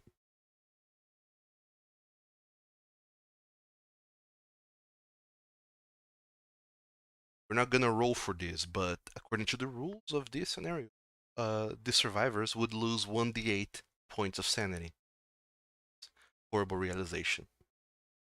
However, you think back to all that you've learned, all that has happened here, and you start to consider and ponder just what kind of madness happened here tonight, and that perhaps whatever this is should not be meddled with. Are there any parting words that you want to say to the general campaign slash episode? Well, I'm debating at this moment. Should I actually apply first aid to John or shoot him? There's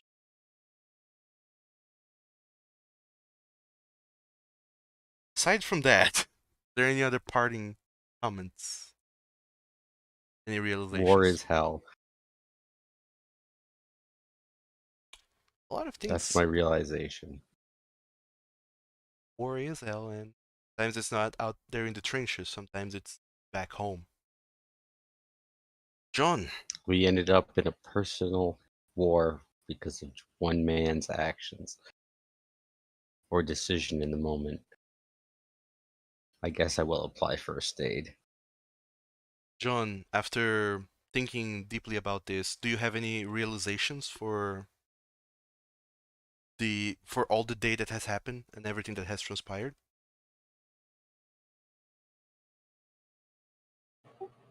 I see. Help me. I realized these creatures, they they just wanted one thing. And then I make a roll for uh the realization. You said what was that roll? There's no need to roll anything. This is more like a thing that happens over time, like between now and the upcoming days. As um, some people are brought back here into the area to kind of close off the manor for take care of all these murders. Some people kind of show over to try and make sure that whatever happened here kind of doesn't get leaked because it would cause mass panic. And over time, it does seems like at some point the construction of the Carrington State is put on hold for far too long as some things are looked over. The construction is paused for long enough that the gala that Mrs. Carrington was planning to throw, the date comes and goes, and the construction is not done, so that is lost. But eventually, after enough time has passed, the construction resumes. The Carringtons do get their estate built in this land, and two of you, John and Sydney, as you spend off your days here in Ipswich, cannot help but to wonder if the threat is truly gone. As for you, Arturo, wake up much later, another day, in the middle of an island in the marshes. As you look around, you see that there's just a lot of like some huts built here. You look around and you see that you have no idea how you even came here. You have no recollection of the past day even. You know that at night you went to the Carrington State and then there's a huge blank and then you woke up here. As you walk around, you see that there's like what appears to be a corpse laying on the ground. And next to it there's some books, some notes. And you find one of them and decides that whatever it is, you will keep it a read. If that's Okay. alright with you. Yeah. Okay. Just find the file that is high resolution. Find this amongst the papers in this area. You see that there's this corpse is of a man. It doesn't look to be dead for over like a week at most. It's using very like ragged, torn, ragged clothes. This kind of wizened old man, living very like humble, simple conditions, and you find that with his belongings. Oh, You care to read it? to call and master the steed from the stars. To be performed when Aldebaran is above the horizon. This creature can be useful as a bodyguard, soldier assassin, message carrier, and steed. Called and its will bound to yours, such that it will not balk. Take care in the final steps lest it strikes you down, for unbound it is a most fearsome beast. Spill the blood of a 6-month-old unblemished calf or a gentle maiden of no more than 14 summers, spreading the crimson over the stones of the altar of summoning as the chant is repeated. I have a line I'm not even going to try to pronounce. It is Cthulhu talk. Mm-hmm. Blow at this time into your whistle and set out 3 blasts of sound after each recitation. After some time, the sky will open, and from the rent in the heavens will descend a star seed, still crested with the frost of its journey from beyond. Having heard the call of the supplicant, it is impelled to answer, yet it challenge for the right to command its nature. Fail in this, and your light will surely be extinguished. Using the dagger still coated with the blood of the summons, first point to the creature and then point to the ground, signifying your mastery over it. Apply your will fully to this task, for the beast will seek for man's weakness and flee back to the stars. In full voice, utter more Cthulhu talk. With success, the beast will prostrate itself. Yes, prostrate is the term. And be yours to command. Upon completion of your commands, custom dictates that the supplicant dismiss the creature. Take up the bone dagger and inscribe the X in the air for the creature. This signifies its tasks are done. Then draw the dagger's keen edge along your forearm from elbow to wrist, and let fall 3 drops of blood to the ground and utter more Cthulhu talk. Satisfied that it has been dismissed, the creature will depart. Ooh, what a ritual. Wait, only 3 drops of blood? Yep, only 3. 4 and hit kills you. What? Yep. For a drop of blood, you can take like a diabetes needle and whoop, whoop, whoop, here you go. You can make a lot more than that. So, Eh. after reading these, Artu, you have a little bit of realizations of the events that might have transpired over this past day or so. And at this point, it's really up to you about what you're gonna be doing with knowledge. But that is a matter for another time.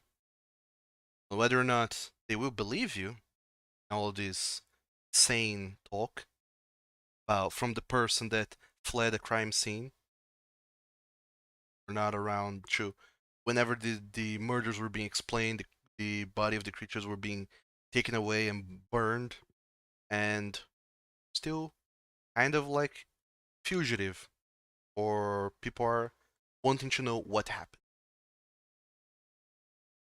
Regardless, so ended the sordid affair in Ipswich. And with that, we can close the Cosmic Veil on this tale tonight. Thank you all so very much for watching. Congratulations to you guys, you concluded a case with minimal casualties. Minimal casualty, maximum insanity. Pretty much. I One person got ripped in survived and half. I have no idea how.